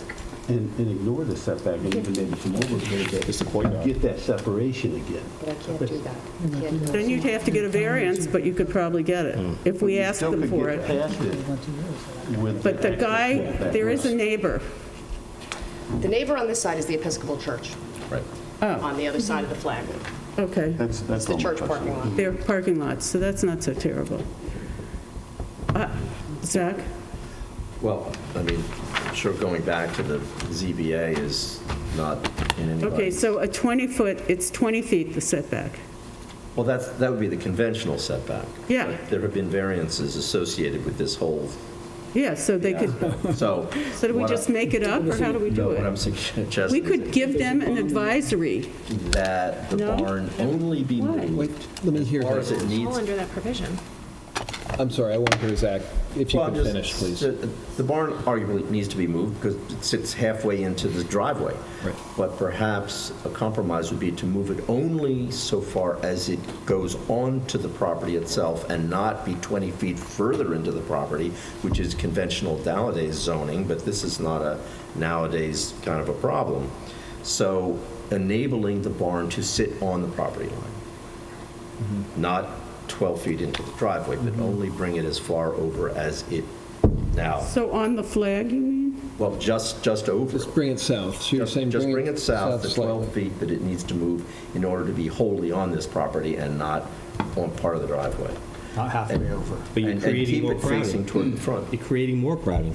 No, because it wouldn't come as far south as the proposed location does, and you're not getting any, you wouldn't be getting any closer to the existing house. But I think what Curtis was proposing was to position it so that it disappeared with the facade of the front of the eastern elevation, right? The house. Yeah. Right.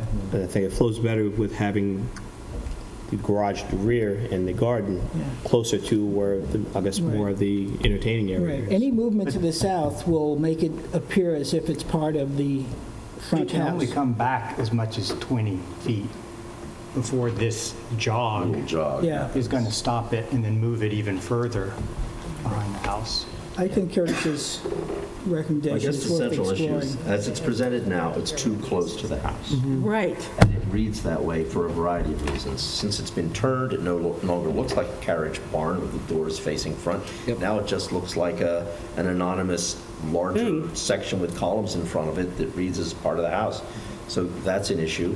There's no perfect to this, but I think the further it can be pushed away from the house, the more distinction. So is that, Well, I think what Curtis was saying, yes, push it further back and push it in line with the north side of the house. Well, that's what would end up effectively it being because of that jog. yeah, there's no way around that. I mean, if we start it at that 21 feet, it's going to be totally behind the house. Yeah. We can't, that's because of the flag lot. I don't see how you can think that it's not going to be behind the house with the flag lot. Can you show that that would be possible? Not turned. We're literally taking a non-contributing garage and putting it behind the house. Yeah. Do you have a problem with that? From a visual standpoint, I don't see any problem with that. Okay, but the solution is to make it look like not a further extension of the house. massing of the house itself, which has already been made larger. Okay. So to push it back away from it is like the basic objective. Okay. Which way it faces, I mean. No, his argument was it's going to be behind the house and not seen, behind it anyway. which is there's no fine. way. It's a non-contributing building. It's going to be 30 feet away from the house in its current location. It is 30 feet away from the house. But when you're standing out here, the way it's represented, the way you've turned it and brought it in behind here. Right, it and looks connected with the... It looks like the and house. connected- Only in elevation. In reality, in 3 dimensions, it will not look that But way. it's going to be there's a connected, You will perceive that distance. I'm sorry, but it's true. but it's going to be connected by a You're talking pergola. about something that's just an elevation, and that's Not that's when- I'm not agreeing. in Not with reality. pergola that Reality is a different connects story. it. I don't We can kill the pergola. build a We're pergola. not agreeing Kill to the the pergola. How about put it back there and put the garage I think that's doors a this bumper way so you sticker. can get a coming down here into the garage? Yeah. That would be the Sorry, way, turn it. let it be turned. Doors face this common driveway down here and use it. I think we're Getting there. Anyway, Yeah. these are choices, but I think Well, I just need to know where to We're just go. looking for So I directions. appreciate you trying to help us find direction, think- but to dislocate it from the house, I think is the Yeah. biggest. So I would want it in the far east. The northeast corner, Northeast sort of. corner, as much as you can do it. I guess I feel I'm if you gonna turned have it, you could get the cars in really easily. Yeah? aren't we going to have a setback off of this jog that's going to prevent it from going any further back? I mean, the reality is it's where it's got Right, to I'm looking be. at the setback No, between the don't jog say and the corner that. of the... There's always another solution. We have, the building inspector's given another potential Can we see solution, that? so. Yeah. If he's drawn it on a plan, He can we has look you at down that? in here. He has you down. Good catch. It's in pencil. It's in pencil. You just have to look at the And not reoriented. But it could also be, that's with setbacks. So it could also be over closer, could be a little further to the west and a little further to the north possibly. So then it's with completely variances. hidden behind the house. Yes. So those concerns about that, to me, seem like they're mute. We'll decide that, okay? With all due I'm respect, just trying to we'll understand decide where to that. go. If you're trying to understand where to go, the problem we're having is to turn it to the side and crowd it to the house and see a third of it. It looks funny. So if anything that gets it further away, doesn't change the orientation, shows more of it if it's rotated and kept further to the north, any of those would be helpful. The way you have it right now, to me, is if not the worst possible solution, it's a very bad solution, and there are other ways to handle it. I'd rather see it fully hidden behind the house than have a Yeah. third of it show right now on the wrong end, as Zach has said. Okay. Yeah. And I guess we're requesting an adjournment. We will adjourn, Motion request to- a table to to the next meeting. Motion to accept, that's our plan. Whoa, whoa, whoa. We have that back, that's ours. Oh, yes. Motion to accept applicant's request, BLC Hillside Investments LLC, for an adjournment to our next meeting. So moved? Second. Aye. Aye. Aye. Another stamped set of plans? We have another set of plans? I have One that's stamped. There's the one that's stamped, and I need an A and a B. I have a B. Here we go. Is that an A and a B? This is a B. I need an A. I have a B. Next, Give me an next, you White very Fence Incorporated, 409 First Neck Lane. I have to adjourn. I have to recuse myself. So somebody come and get me. Tap on the door, please. Okay. This lovely furniture. Sorry, give us just a moment here. Okay, we need a moment for Rob to do the housekeeping. Get some housekeeping. I'll get done quickly. DLC. Thank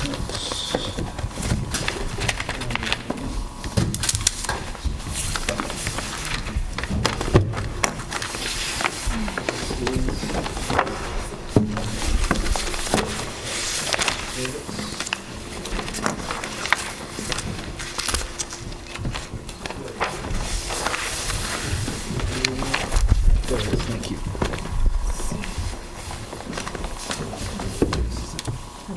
This is it. Do you do the honors, sir? Here's our affidavits, posting and mailing. Everyone ready? That's for you, and I'll pass a couple more down. 1, 2, 3, 4. This can go 1, 2, 3, I guess.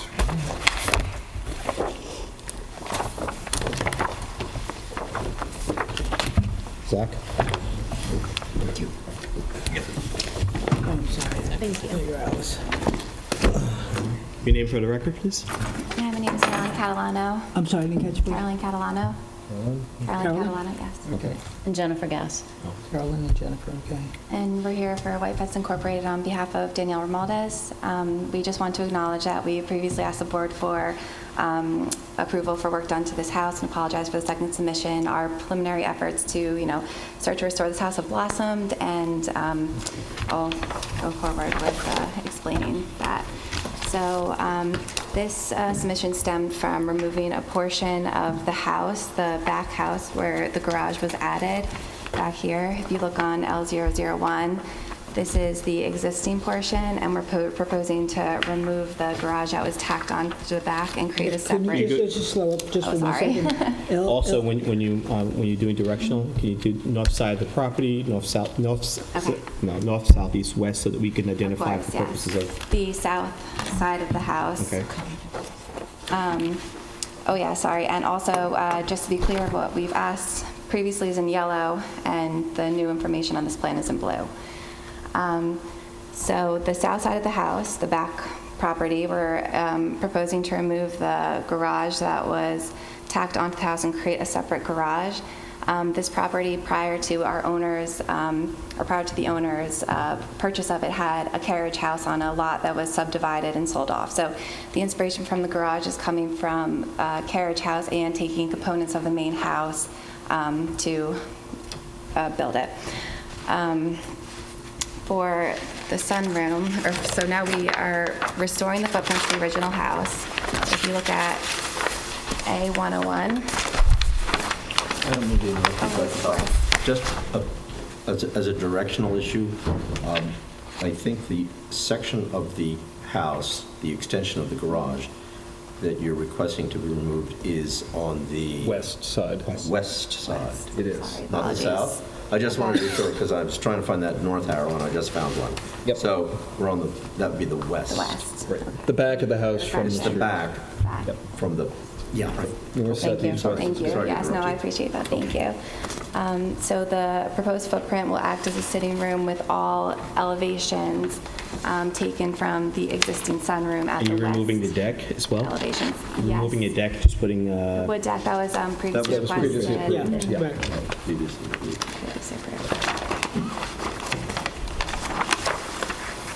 So if you look at sheet A205 at the west elevation, you can see the existing versus the proposed of the new footprint of the house, and all the details will match to the existing west sunroom. At the previous meeting, we had asked to have an existing door be relocated to a window. We have... What sheet are you on now? Oh, sorry, I'm on A206 at the south elevation. And we've discovered old surveys from the building department showing that this was actually a door with a landing and stairs, so we just wanted to keep the door as is and restore the landing and stairs.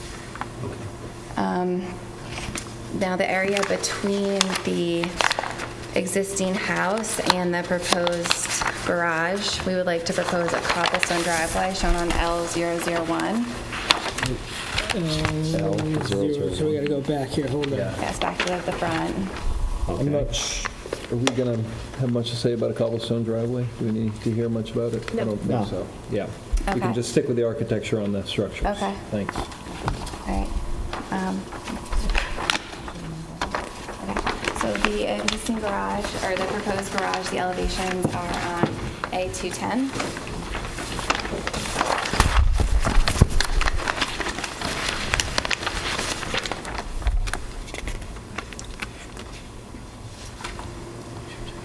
And the idea is that the dormers, the double Dutch door and the windows and shingles are going to match the main house, and the garage doors will be representative of the Old English carriage house. And the arch doors face south, so toward the property and not toward the street. Exactly. They have an oblique view. Can I just go back to the main house for a moment, do you mind? On A206, you are lowering some windows in what will now be the sitting room, I guess. What's the reason for that? Just, are you lowering the floor in that room? We're raising the floor. And lowering the windows, no? Correct. So it's comfortable, so that when you're seated in there, you're using it as a sitting room. When you're seated, you can see out. Okay. But it'll be the existing sash window sets that'll just get relocated up, what, about 8 inches, 10 inches further down? Yeah, 8 inches lower. Okay. Thanks. Are there any other changes?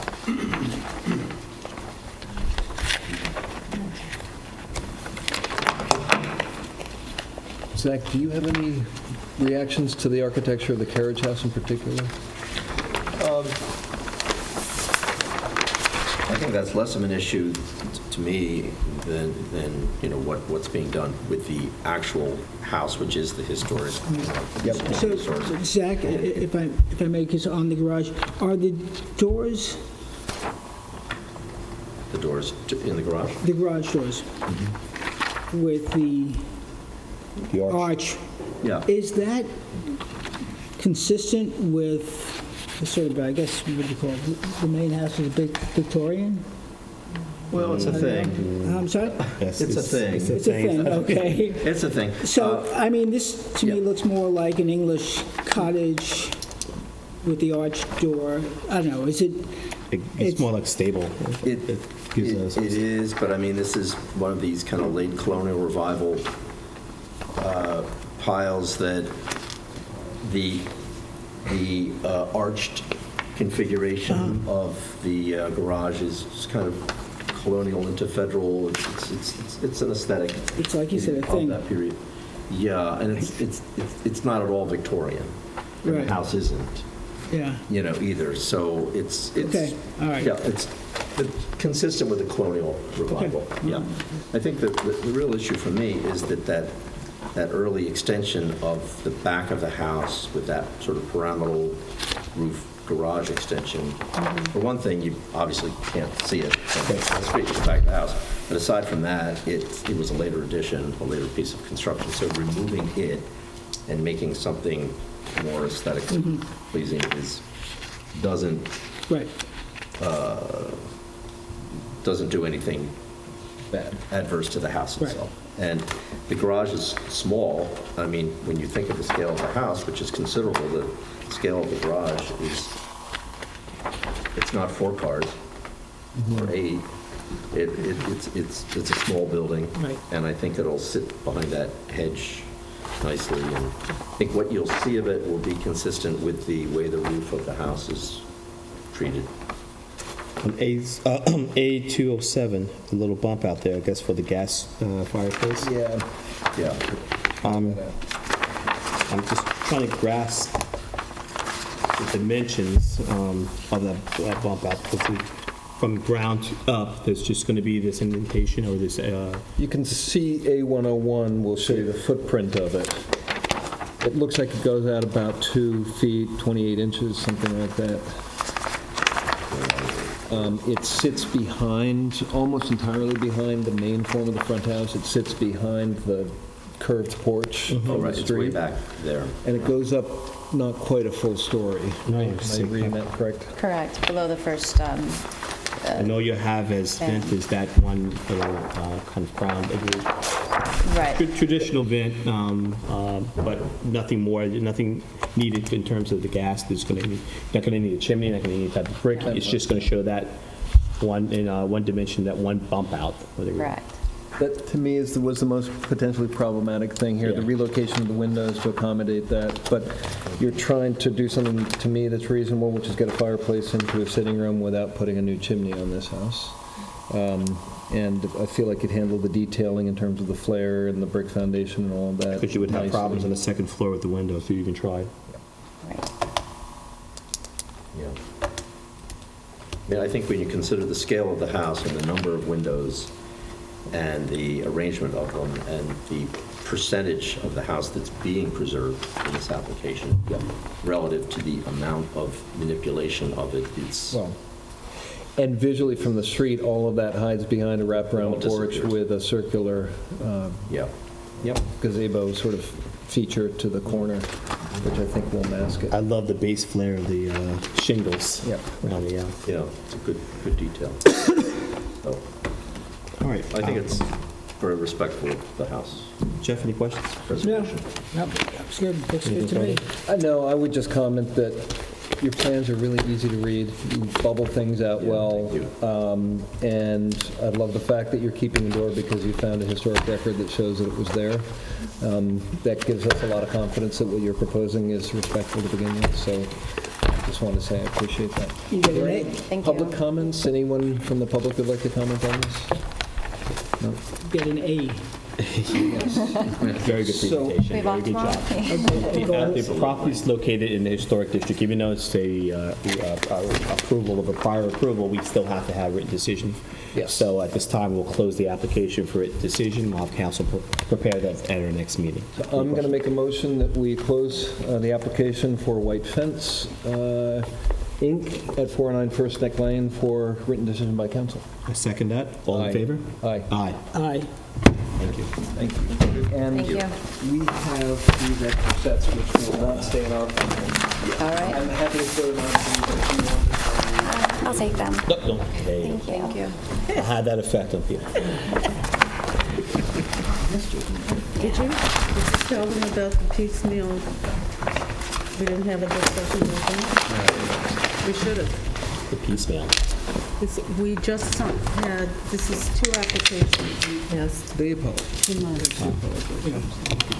Next, Love Nest Trust, 28 Gin Lane, construct 2-story single-family dwelling with attached garage and accessory pool house.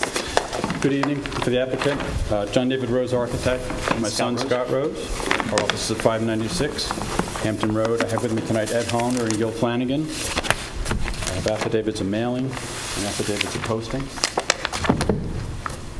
So was that, Rose and Rose, Saka Law Firm. Go. so White Fence was And approved? multiple sets of reduced scale drawings. How many would you like, 4 up there? 5. We need one for council, for sure. Got it. Oh, she's got it. I don't know how she got it so It was fast. very nice. And 4. Whoops. Okay, we've got Stanley. Appreciate the small size sets since the originals were 3x4. Yeah, I'm not let's- sure I've seen 3x4s. Get in that conference room. Hard to deal with. Thank you. What I'd like to start out with is ask that you read into the minutes, if you could, please, 2 letters of support. Maybe she could just summarize the letters. They're very short. Can you read them into the minutes? I can. I can if you like. Do we need to, or we could just I think you can just note what they summarize? said. Yes, let's just, Support. I'm happy. So the 2 neighbors, the Mangers and the Michaelcheks, have written letters in support of this application. How's that for a summary? Well done. Thank you. I think, really, reading things into these letters will be in the file for anyone who would like to read them. How's that? Good? Okay, go ahead. It's in a historic district, of course. It's an R20 zone. The lot area is 164,164 square feet, or 3.769 acres. The allowable lot coverage is 24,000, and we're proposing 16,000. Now, remember, that includes the house, the pool, the tennis, and all that. And John, just to be clear, we're only talking about 28 Gin Lane. Right. The allowable GFA is 17,916, as I said. Proposed home is 8,857 square feet. That's 9,059 square feet less than is allowed, and approximately 5,500 square feet less than the previous application. The home's going to have 6 bedrooms, 8 full baths, 2 half baths. Obviously, the sanitary system will be the latest low nitrogen system. In your files are some pictures. I have additional here of the surrounding properties. I think we're very familiar with this application. I figured this might be, but I just wanted to be prepared. At the same time, okay, that has no bearing on this application. Understood. And I think the public should be made aware of that. Whatever happened in the past is not relevant to tonight.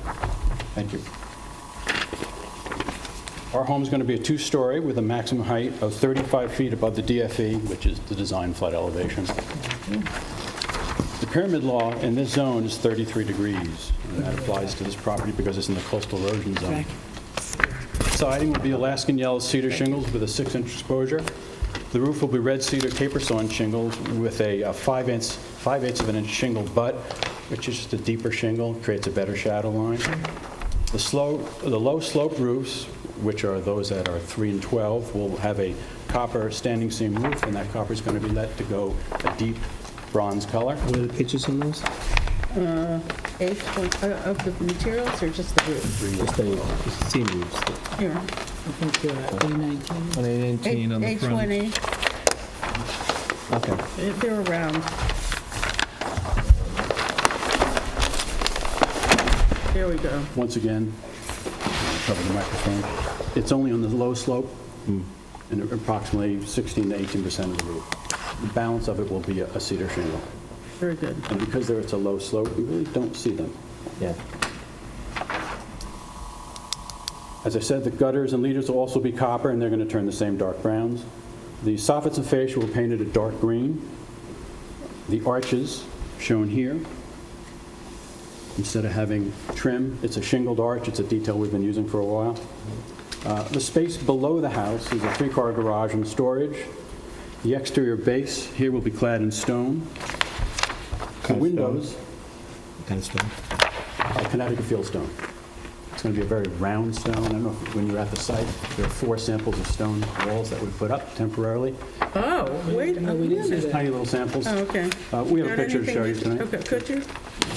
When you say round stone, I thought it's not flat, it has dimension to it? They're going to show us. There's depth to it. I think that's really important, that it has a little bit of depth, a little bit of shadow, and none of the mortar will show. So it's not So it's stone, stone, stone? Can we have a picture of this because we need it for the record? And I didn't know you could go over there and look at this.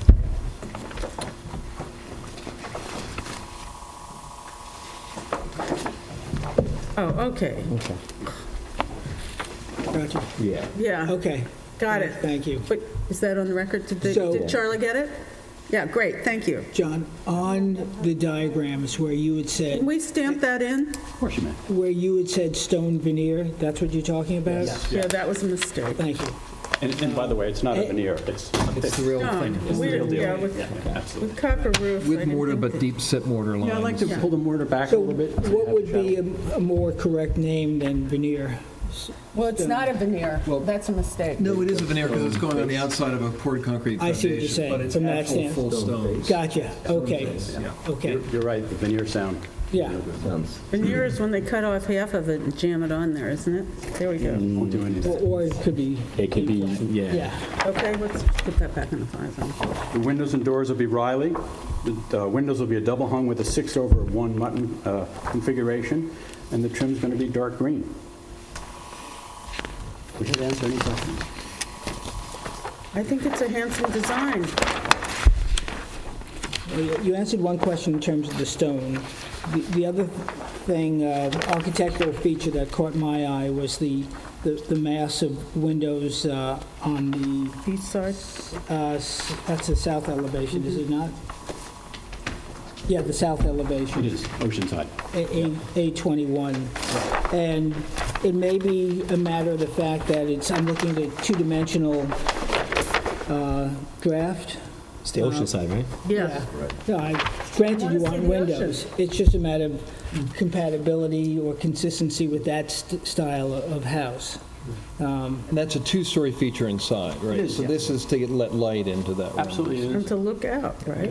And may I add to that, understand to your point that it is a very flat elevation, but in fact, this mast and this mast come forward. So this is tucked in. On A20, the stairway, is that external, visual? There you go. It's going to be seen from the beach, correct? No, this will be facing the east. The neighbors to the east. Neighbors to the east. What material is the Stone. stairs? Stairs? The steps will be stone, and then the rails would be the dark green. Again, John, back to the window treatment on the south elevation. Again, I'm looking at a stark drawing. It's not, and my concern is, will it have a contemporary feel against a very traditional house? No, it won't, because the second half has all the muttons in it, which is historically correct, and the lower units are the operable doors. I don't usually like to put muttons in doors because, quite frankly, it never really gets along with. Yes, Yeah. these are, yes. Those are. What do And you that's a think? consistent theme through this one level. Zach, what do you, is that okay? Or what's your feeling? Yeah, I think the massing of it is a great solution, because I think alternative concepts, given the narrowness of the lot, relatively speaking, and its juxtaposition to the Atlantic Ocean. Those are two factors here. So all in all, it's obviously it's a large house, but it doesn't read It really does. as a massive house. It reads as a large house. And I think given where it is, it's certainly appropriate. And I think the use of the stone is really good. I think it's kind of almost a quieting effect somehow. I hear you. And I think the use of your now signature shingle arch kind of detail is very appropriate there. I think it doesn't look like a historic house, but it uses those historical elements to read right in the Right, district. so it's not a replica house. It's not a replica. It's and there are quirky houses in Fairleigh, so I think it has a good There absolutely are. Some really presence. great homes. Oh, And you use those shingled arches on the house on the end of I don't South like Main those, Street. but I get An it. example here of Yeah, another yeah. home that Yeah, that's what No, you we use saw on the one on Meadowmere or something? Yes. Yes. Yeah. Okay. There's the detail right Right. there. And this. There it is right Yeah. there. That, Yeah. John Russell Pope was famous for doing that. I wish I could take credit for Can it. you hold that for a second, just so Charlie can put that on the record? Okay. So, You've also proposed it for the house across the way. Right, that's what I said on South Main, yeah. It's less is more. One of the problems that we're having with a lot of, not not to bash spec houses, but a lot of the spec homes have a lot of white trim, just more and more of the same. I It's agree. really important that we really kind of tone that down. And it's less maintenance, and it's quieter. Less maintenance over there. I once lived over Cedar there. will There's a be lot of easier white to take paint care went of down. than the white paint. Is there anything else you'd like to tell us? Or you're good? Oh, I think we're good. I think, How about board members? I think while he's here, one of the things that's notable about the property and the fact that it's a large house but looks less massive is the landscaping. So I don't know if you wanted to address that at all, but Ed's traveled all this way here. I don't want him to be disappointed. He's been waiting around. Let's see. It's so pleasant this evening, I want to stay. It's been pretty good, you're right, Ed. If you're buying, Ed will It's a stay. new, gentler ARB in 2020. It's a gentler plan. I think, once again, we've tried to create, we're preserving the trees that are on the site right now, and we're trying to create a home that fits into the context of the property, works with John's architecture, and creates a very soft, easy landscape for our clients to enjoy. Good. Big trees, but simple. Great. Anything else? No. I have a couple questions. Okay. Don't worry, nothing What bad. a surprise, First of all, Rob. I know. We're in 2020, remember? I appreciate all the work that's gone into this, and some combination of the creative process and the client input has resulted, as Zach said, in a really pleasing house. Here are my quick questions. Is there any way to avoid the sort of well effect on the standing seam windows, under the windows, where you have to bring it down to get under the sills? That, you know what I'm saying? Yeah, so what happens when you take that copper roof, which is great at a 3 and 12 pitch, let's say it's that, I'd have to flatten it out. So like a 2, well, more like a 1 1/4. And when you do that, you then have to take the seams, the ridge, if you will, channel them. bend them over and solder it. Yeah, well, Yeah. okay. Horrible look. All right. We do it when we absolutely need to, but it's not a good look. Let's move on. I just wanted to ask the question. I see that treatment on other lesser houses, and it stands out more, and I'm not sure it's always successful. It's not a big... It doesn't age well because the solder ages differently than the copper. That's one of the big problems. I really appreciate the Alaskan yellow cedars. Not enough people use it. It's silvers rather than rusts and browns, and it's going to make this house very handsome. And hopefully no maintenance in my lifetime. On the, let me go to the, if I could, to the west elevation. Talk to me about the skylight. It's going to be pretty visible from in front of the bathing corporation. That roof line's going to be high enough. It's going to be one of the only things you see on this house. So, skylight. One of the things that, let me talk why it's there. It's in a room where we can't. There. Sorry, yeah, this is on A22. On page A22, you'll see it. And in order to get light into that room, which is a closet, one would have to put it here. And quite frankly, with this roof here, physically it doesn't fit. But setting that aside, recognize that although in this elevation it feels very flat, if you go to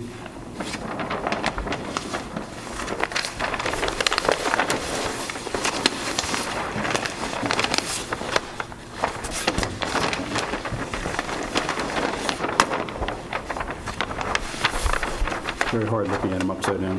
Okay, here we go, right here. If you go to page A19, you start to see the angle of this roof. Remember that because of the zone, our pyramid's 33 degrees. So it's a very, very flat angle. So it's, although if it were like this at a 45, I get it, but it's at a 33-degree angle, and it's up in the air. I don't think you're going to pick up on it, but more importantly, it's going to be a bronze color, which is the same exact color as the roof shingle. Okay. I just know, and it's not a carryover from the last application, but the big concerns expressed on the previous application here were how this property would look from that western location, and this house is just as tall as that house was.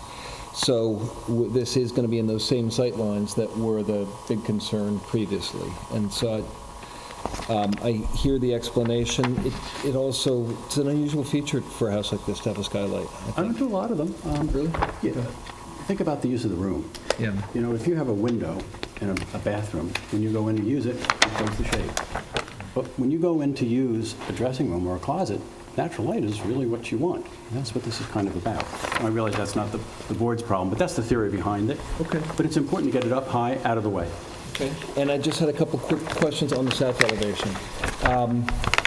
I shared Jeff's concerns about the sort of the window wall in the double story, but I think it's going to look fine. I've made my peace with it.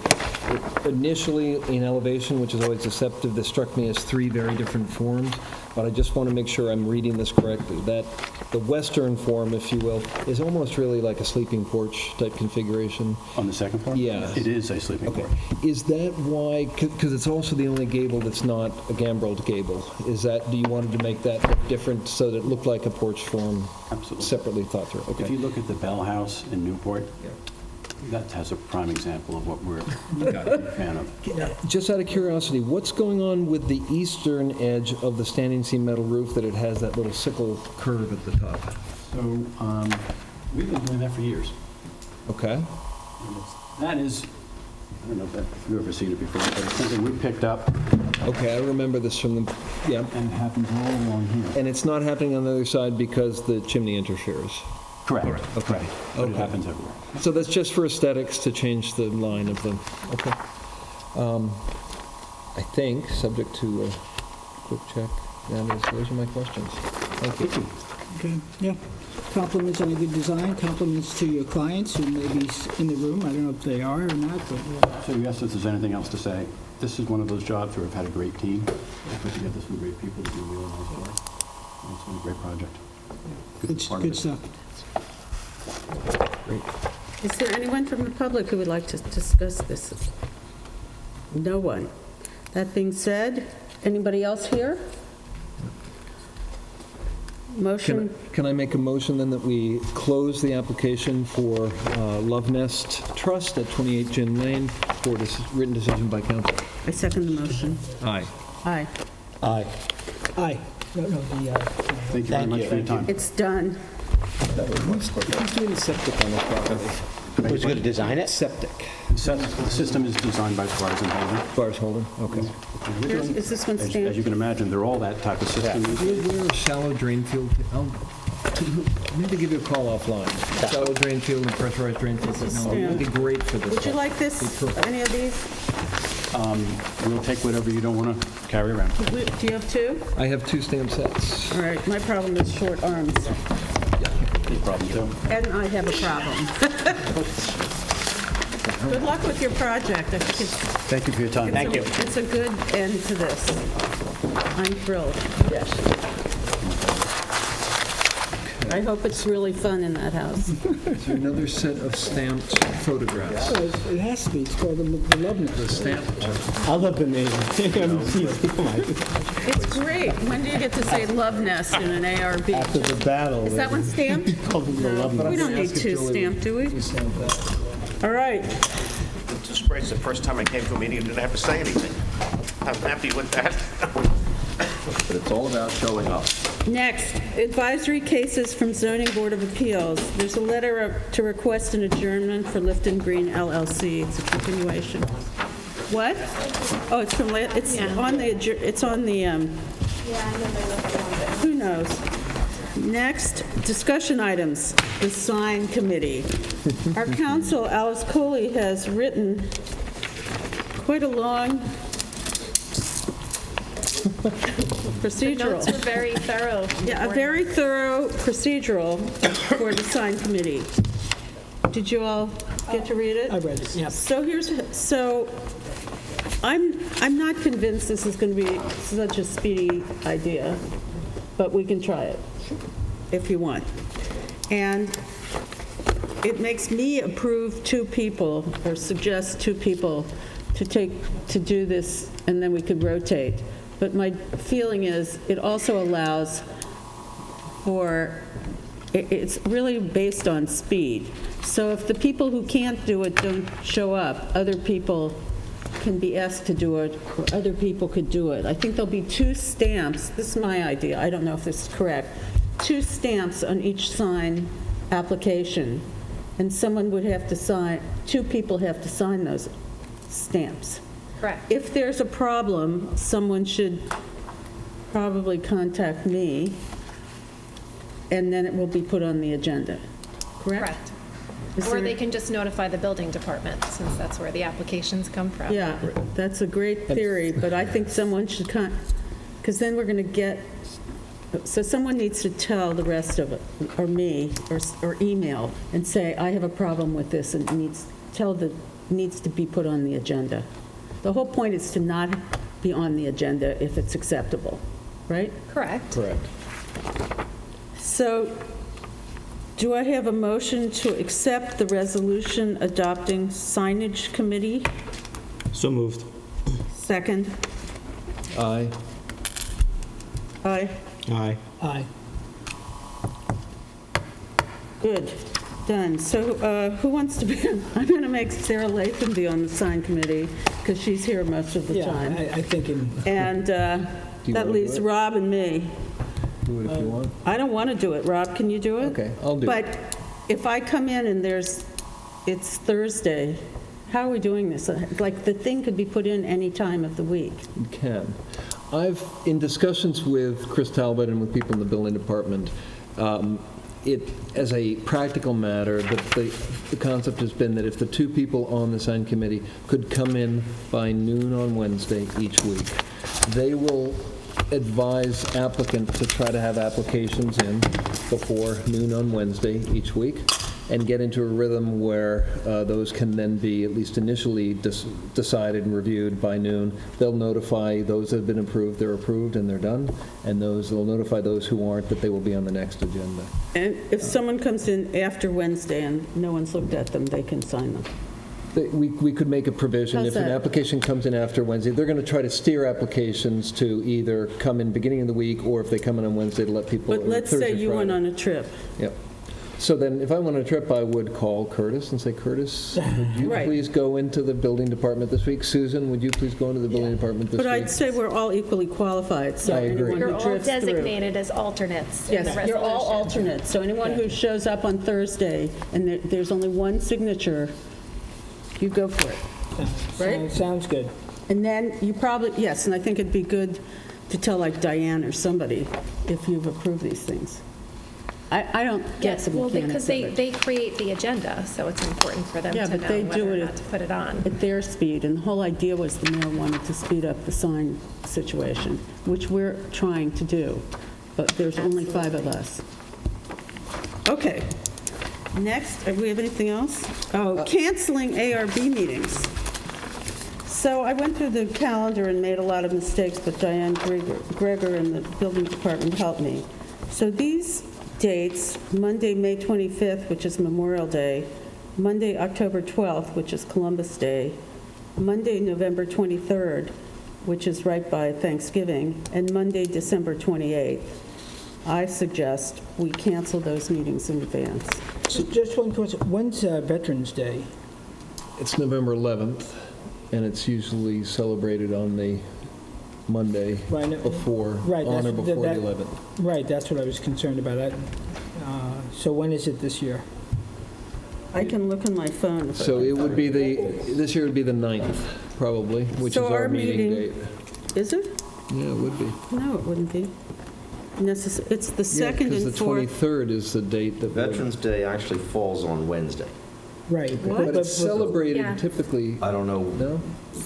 Is there a Monday celebration of it? No, I don't believe so. I don't I think Okay. of President's Day. It's Wednesday, November 11th. Okay. Acton Village Hall is So that closed doesn't that day. affect Okay, all us. right, that's good. It's not Just wanted- celebrated on a Monday?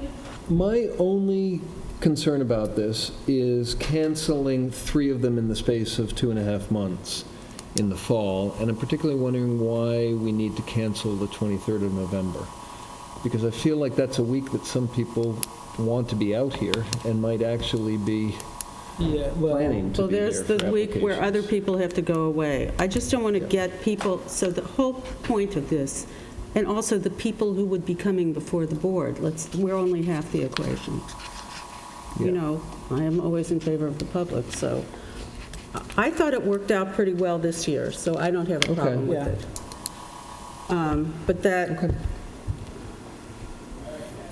could be, so you're right, so the 9th is our meeting day, but it's the 11th? 11th That's is- fine, we don't really celebrate. I mean, mean, we're not marching in a parade, that's okay. So do I have a motion to approve these cancellations? So moved. I second the motion. Okay. Aye. Aye. Aye. Aye. If it doesn't work out, Rob, the year after, we can try a different tack. But what happens is, the people have to submit a month in advance. And so it's unfortunate for them You're taking to it? not be told. May I raise another topic? Yeah. Okay. No, I'm good. So You let's- good? let's- whoa. Right. I'd just There you like go. to raise, I've gotten a lot of feedback from people over the last few weeks regarding landmarking. Catalyzed by something that's been in the paper, and a house has been partially demolished legally, under permit, and all that, but it's raised the larger question of how properties that may have some historic significance may be candidates for either landmarking or as a group expansion of a historic district, how that happens and whether we can do anything to protect them. And I think there's two elements. One is that there may be some historic assets in the village right now that deserve consideration to be protected. And the other one is a question of over time, as time passes, what is historic and what deserves some level of historic preservation. Right now, we've got a fixed point in 1926 that says anything built on or before the 26th, even if it's not landmarked in the historic district, has some special consideration, at least with respect to demolition. But many other municipalities have a closer date and/or a floating date that floats sort of 30 or 50 years in the past and moves along as time marches along. I'm not sure what the right solution is, but, you know, just as an illustration, this house that was taken down, Section 65.3, the designation of landmarks in historic districts, says that the board may designate an individual property as a landmark, regardless of when it was built, as a landmark, if it, one, possesses special character or historic or aesthetic interest or value as part of the cultural, political, economic, or social history of the locality, region, state, or nation. Number two is identified with historic personages. Number three, embodies the distinguishing characteristics of an architectural style. Number four is the work of a designer whose work significantly influenced in age. And number five, because of a unique location or singular physical characteristic, represents an established and familiar visual feature of the neighborhood. Any one of those allows us to consider landmarking a house. That particular house, and many others in the village, well, that particular house had all five of them. Had all five of those elements. And many other houses in this village have more than one. And I know, Zach, that in the inventory process back 30-odd years ago, there were something like a couple dozen houses that were inventoried but never landmarked or included in the historic district for what at the time were valid reasons. But there's a list of those houses. Then there was an update in 2005, paid for in part by a matching grant from New York State, to look at the inventory of historic houses for possible consideration of additional landmarking or expansion of the historic district. We received the grant. Zach, I think, did the work, and we ended up not taking any specific action on it. It sort of sits as a piece of work that I think the result was that there could be nearly a doubling of the number of contributing structures. We also know that landmarking or designation or inclusion in a historic district comes with at least a perceived burden and maybe more. But there may be some other options that could include overlay districts or recommendations of amendment of a code elsewhere to the trustees that could provide some level of additional scrutiny. My concern here, and the concern that's been expressed to me by a lot of members of this community, was that they regret the fact that there wasn't an opportunity for the community to hear and review some of the considerations that went into the partial demolition of that house, which a lot of people recognized. Now, had we landmarked it, there would have been. We didn't. That was, our fault. The question is, do we want to start some kind of process for considering whether to have a more active or formal review of either those existing couple dozen houses that are on blue forms right now, or the larger, dusting off the larger piece of work that Zach did in 2005, and having a dialogue and maybe some further recommendations from Zach as to what could be done to add some other level of protection or review for demolition or alteration of properties not currently landmarked. Can I just, for sake of clarity, are there two issues? One is demolition, and the other is reconstruction, renovation, repair, whatever. The house you're talking about, and some of the other ones, we're talking about demolition. And that's one thing, and I think that's probably a fairly easy fix. Are you also talking about applying the historic code to, well, let's say on the demolition, we said it's 50 years. And, you know, to me, that's real easy. That's an easy fix. I'm sorry. And we could change. You want to change it? So would you apply, and let's take that as a given for the moment, would you apply the same logic to renovations, that anything older than 50 years would use Chapter 65 as opposed to the 116? So that's a different. So I'm just trying to separate the situations, because there's a solution for one, and then if you apply that same solution to all the others, we may be seeing a lot. Every house that's over than 50 years, if you want to change the dormers, is going to go to a written decision. I don't think that's where we want to go, but I'm not sure if you're putting the two together or separating demolition from renovation. Jeff, you're further into the weeds of the policy implications than I am. At this point, what I'd like to do is have a handle on, from our historic consultant, what is the currently unlandmarked or not outside historic district inventory of homes that could be considered to have, at this point, some historic value. And, you know, what is the size of the challenge in terms of preservation of those houses? I think one of the big problems now is just in the nature of the way landmarking and identifying structures worthy of preserving or not, et cetera, how that's evolved, is that now you're either in the district or you're out of the district. And I think one thing that the code changed, which suggested that buildings dating prior to 1926, regardless of where they are, deserved a second chance or a second look. Where that falls short of achieving a goal is that those, if deemed of architectural interest, need to be individually landmarkable, not the way a contributing building is within the existing historic district, of which there are 450 houses, et cetera, which simply need to contribute to the character of the place. They aren't individually necessarily worthy of being landmarked themselves. So it really holds those pre-1926 buildings to a much higher standard to be considered for being preserved or not. So I think that's one thing that could be looked at. So, and toward your point of perhaps an overlay district, which rather than assigning a hard line where you're 7 properties up Elm Street and that's the end of it and you're either in or out, an overlay district could simply sort of widen the field. You know, now we're looking at the protection of the village wholly. It has a certain character, et cetera, et cetera. And if certain properties like these pre-26, or pick any other date, that was picked because there's a great sandboard map in the building department, but that could be 1943, it could be anything, you know, whatever seems reasonable.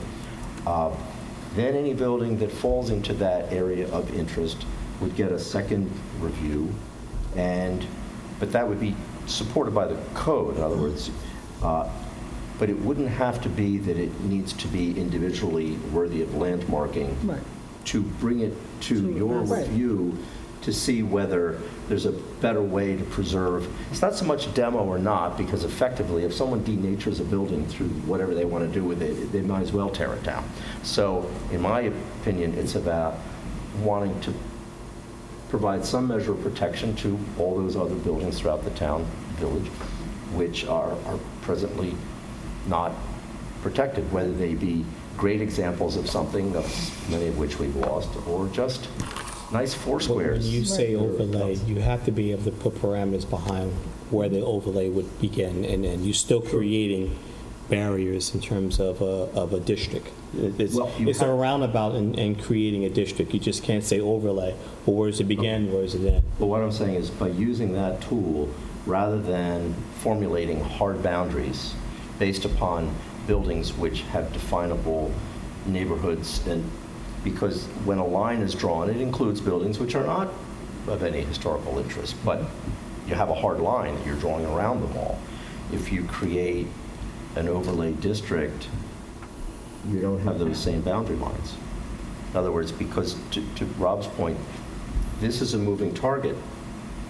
We did a survey 30 years, updated the existing survey 30 years ago, and that's still on the shelf. It was then updated 15 years later. It's the one I did in 2004, and that's still on the shelf. So this is a moving, so in another 15 years, houses, buildings that were built in the 60s will be like, wow. Well, I think we're escaping the underlying issue. Okay. The survey, which I was part of recommending getting the grant and helping you move that forward, that was in an environment where politically, I won't get into political issues and challenges, it wasn't well received because they thought about the backlash if we were to recreate, reestablish, and expand the boundary lines. Yep. I don't think we have that same environment now.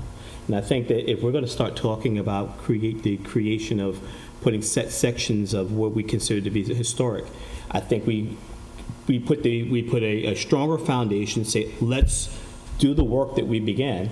Let's enlarge the historic district. Let's have these public hearings that have to be held. Mm-hmm. And after the process, the steps that it takes to establish this, after everyone's been able to speak the reasons why, the lost properties that have taken place, and the public has been heard, we establish it. And I just think we should go forward and move forward and do it, rather than try to find a roundabout way not to put those parameters into play. Well, it wasn't. We have to have the courage to go forward. One little procedural thing, though, that I just want to address that. It's not really going about it. Like, it's not like trying to come in the back door on this thing. When you're proposing a larger historic district, so now you've got the north end of Elm Street that's on the, you're telling people who are living in houses which are not historic, they're not old, you're saying we want you to agree to this, and they don't understand why they're, because what they have is not historic, so why are they participating in this? If you don't put a hard edge on something, you're simply saying that the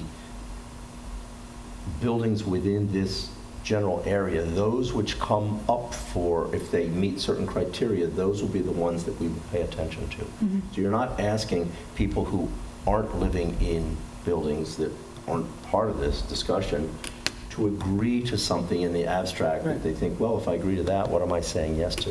I think that makes it more challenging because you're including that many more homeowners in this decision about what's being deemed historic or not. But, so, in my discussions kind of a procedural with the mayor or the previous mayor, is that, there's been tremendous discussion, like the planning commission's going to update the code. I personally believe the village needs to put money into hiring a consultant who does nothing but know how to write code about historic villages and have them present an update of the code that would protect and would change the date or have a moving date or whatever is done. I mean, you would have that it's not a secret, like that Stonington, Connecticut has a tighter code than we do, or Sag Harbor, but these people know this. To have people from here doing it seems slow, and it never gets done, and it's probably not done right. But I think they would need data and input from us as to what we're trying to protect. I mean, the person who writes the code, I don't think it's that secret. Well, no, but the devils are in the details a little bit. I mean, one of the things I would also just say for the public record is, being designated as a CLG, there is an expectation that you don't necessarily do that on a one-time basis and freeze your district in time and never come back and revisit the code. I agree. They expect the code to sort of live and breathe and respond and react and update itself through acts like this. Be a part of that process. Right. I know Sag Harbor got into a little bit of trouble by changing the code, and it was perfectly reasonable how it was changed. I forget, it was nothing major. But they didn't consult with the SHPO staff, who were feel as if they weren't in on that conversation, because that's what they're there for. They're working with municipalities all over the state and see which ones are working, which aren't. They're a very good source for. Right, but I feel like in order to get anything done in time not to lose more buildings, we need actually this requires a change in the code. We can't just flail our arms around and say, oh, we're going to do this. Well, that's No, that's true. No, I'm not disputing you.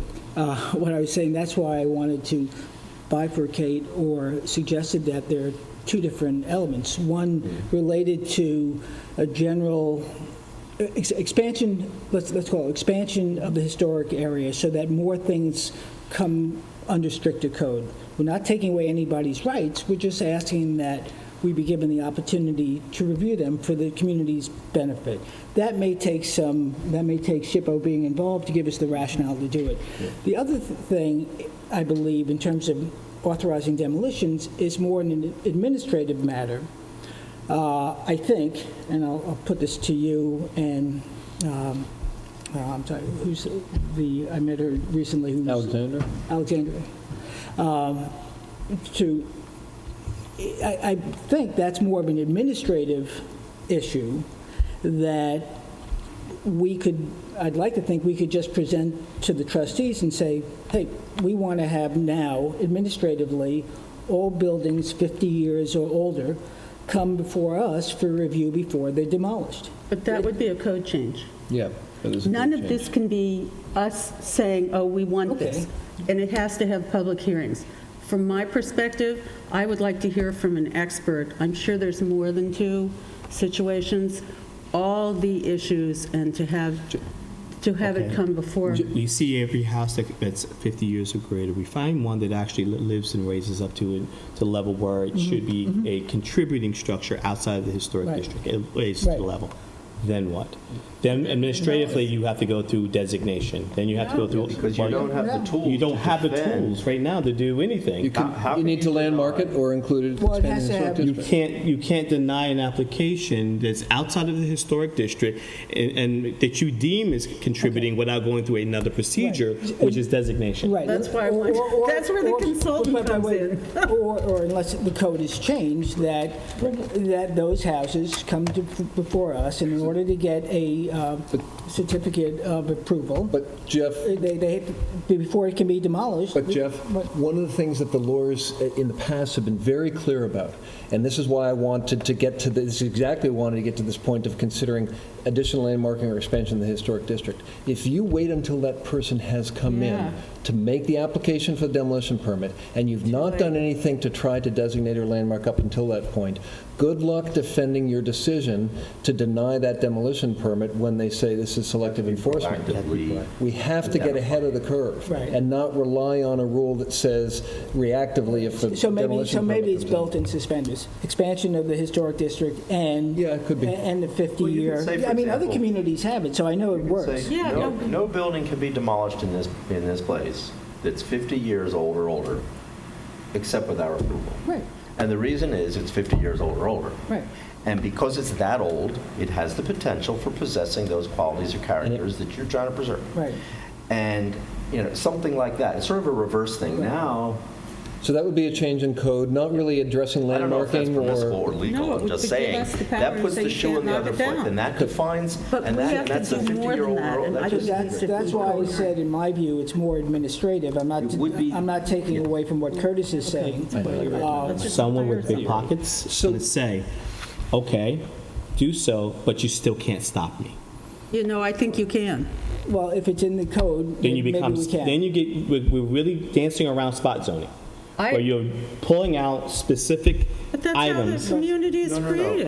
No, the spot is where the thing is. So something's been built, and it's a 4-square, that's 2 blocks out of the present historic from 1910. We've seen several of them. We had an old presentation one night with someone that's why 120 pictures of. That's why we have that checklist. But unfortunately, it puts too much, in fact, unwanted power in the building supervisor's hands. I mean, Chris should not, the building supervisor should not be put in that position to make a Solomaic decision on the house. Oh, but it wouldn't be up to him. I'm just saying. That's what I'm saying. The village we could prepare a list of every building that was constructed in this place 50 years or more ago, period. Whatever there's 1,200 of them.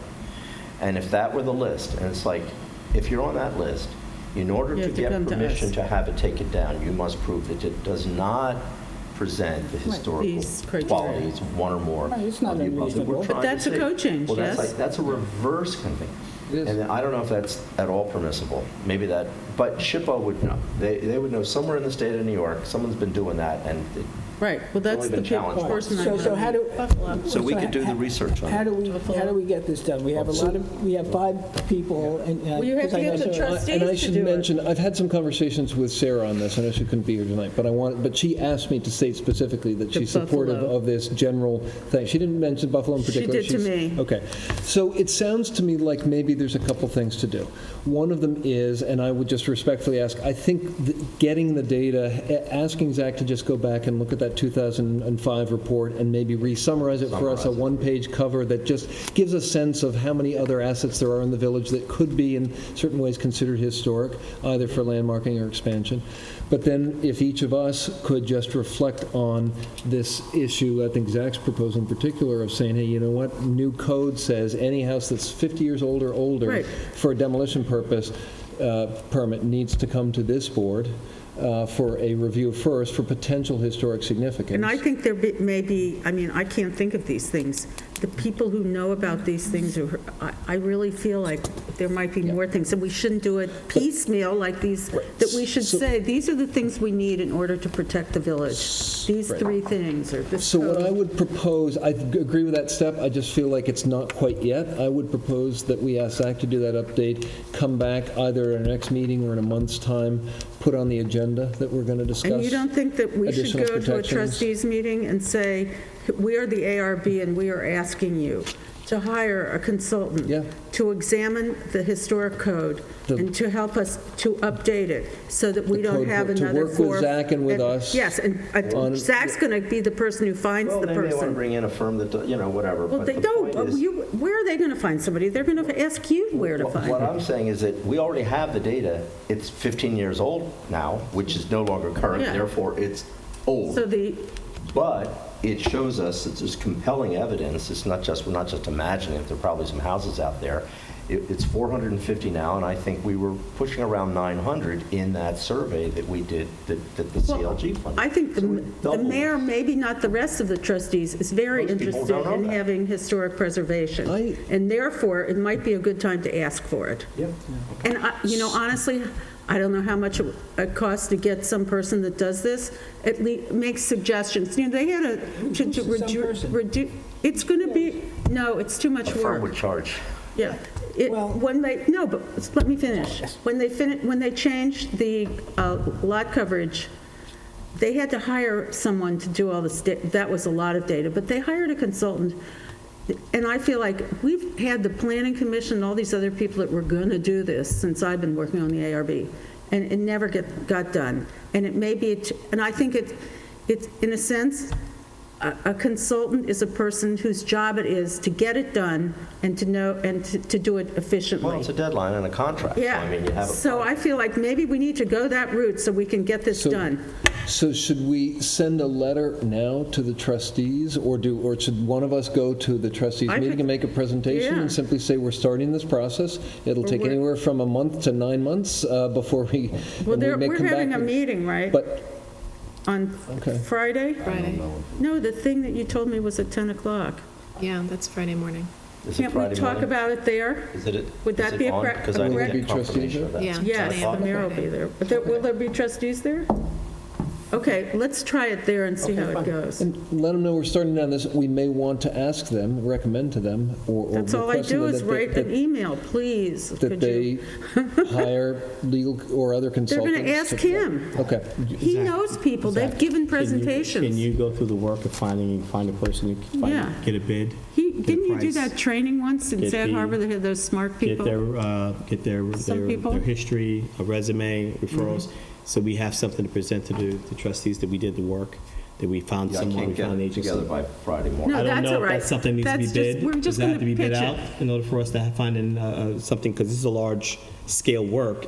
Probably. Now we get into question, does that have to be bid out Used to to? be 25,000 was for professional But what I'm saying is That's a that question for the village attorney. Yeah. That's not a Let's not question. worry about that right now. They're going to want So to. the other it matters because it's time. Another tactic for skinning this cat would be, and it's maybe a silver bullet, but to give a call to Linda Mackey and just say, are you aware of someone else in New York who's gone through a similar process recently? Can we talk to them and/or can we talk to the professionals they spoke to? I'll call her tomorrow. You will, you can, okay. Okay, but we don't necessarily, I find, a little heavy-handed sometimes, use her person, more than one person if she knows. Linda Mackey, if she suggests people, that doesn't mean we're doing it with that person, right? Understood. Yeah. Okay. That's all. All right, anything else? No. Motion to close the meeting of the Board of Architectural Review and Historic Preservation for January 13th, 2020. So moved. Second, aye. Aye. Aye. Great.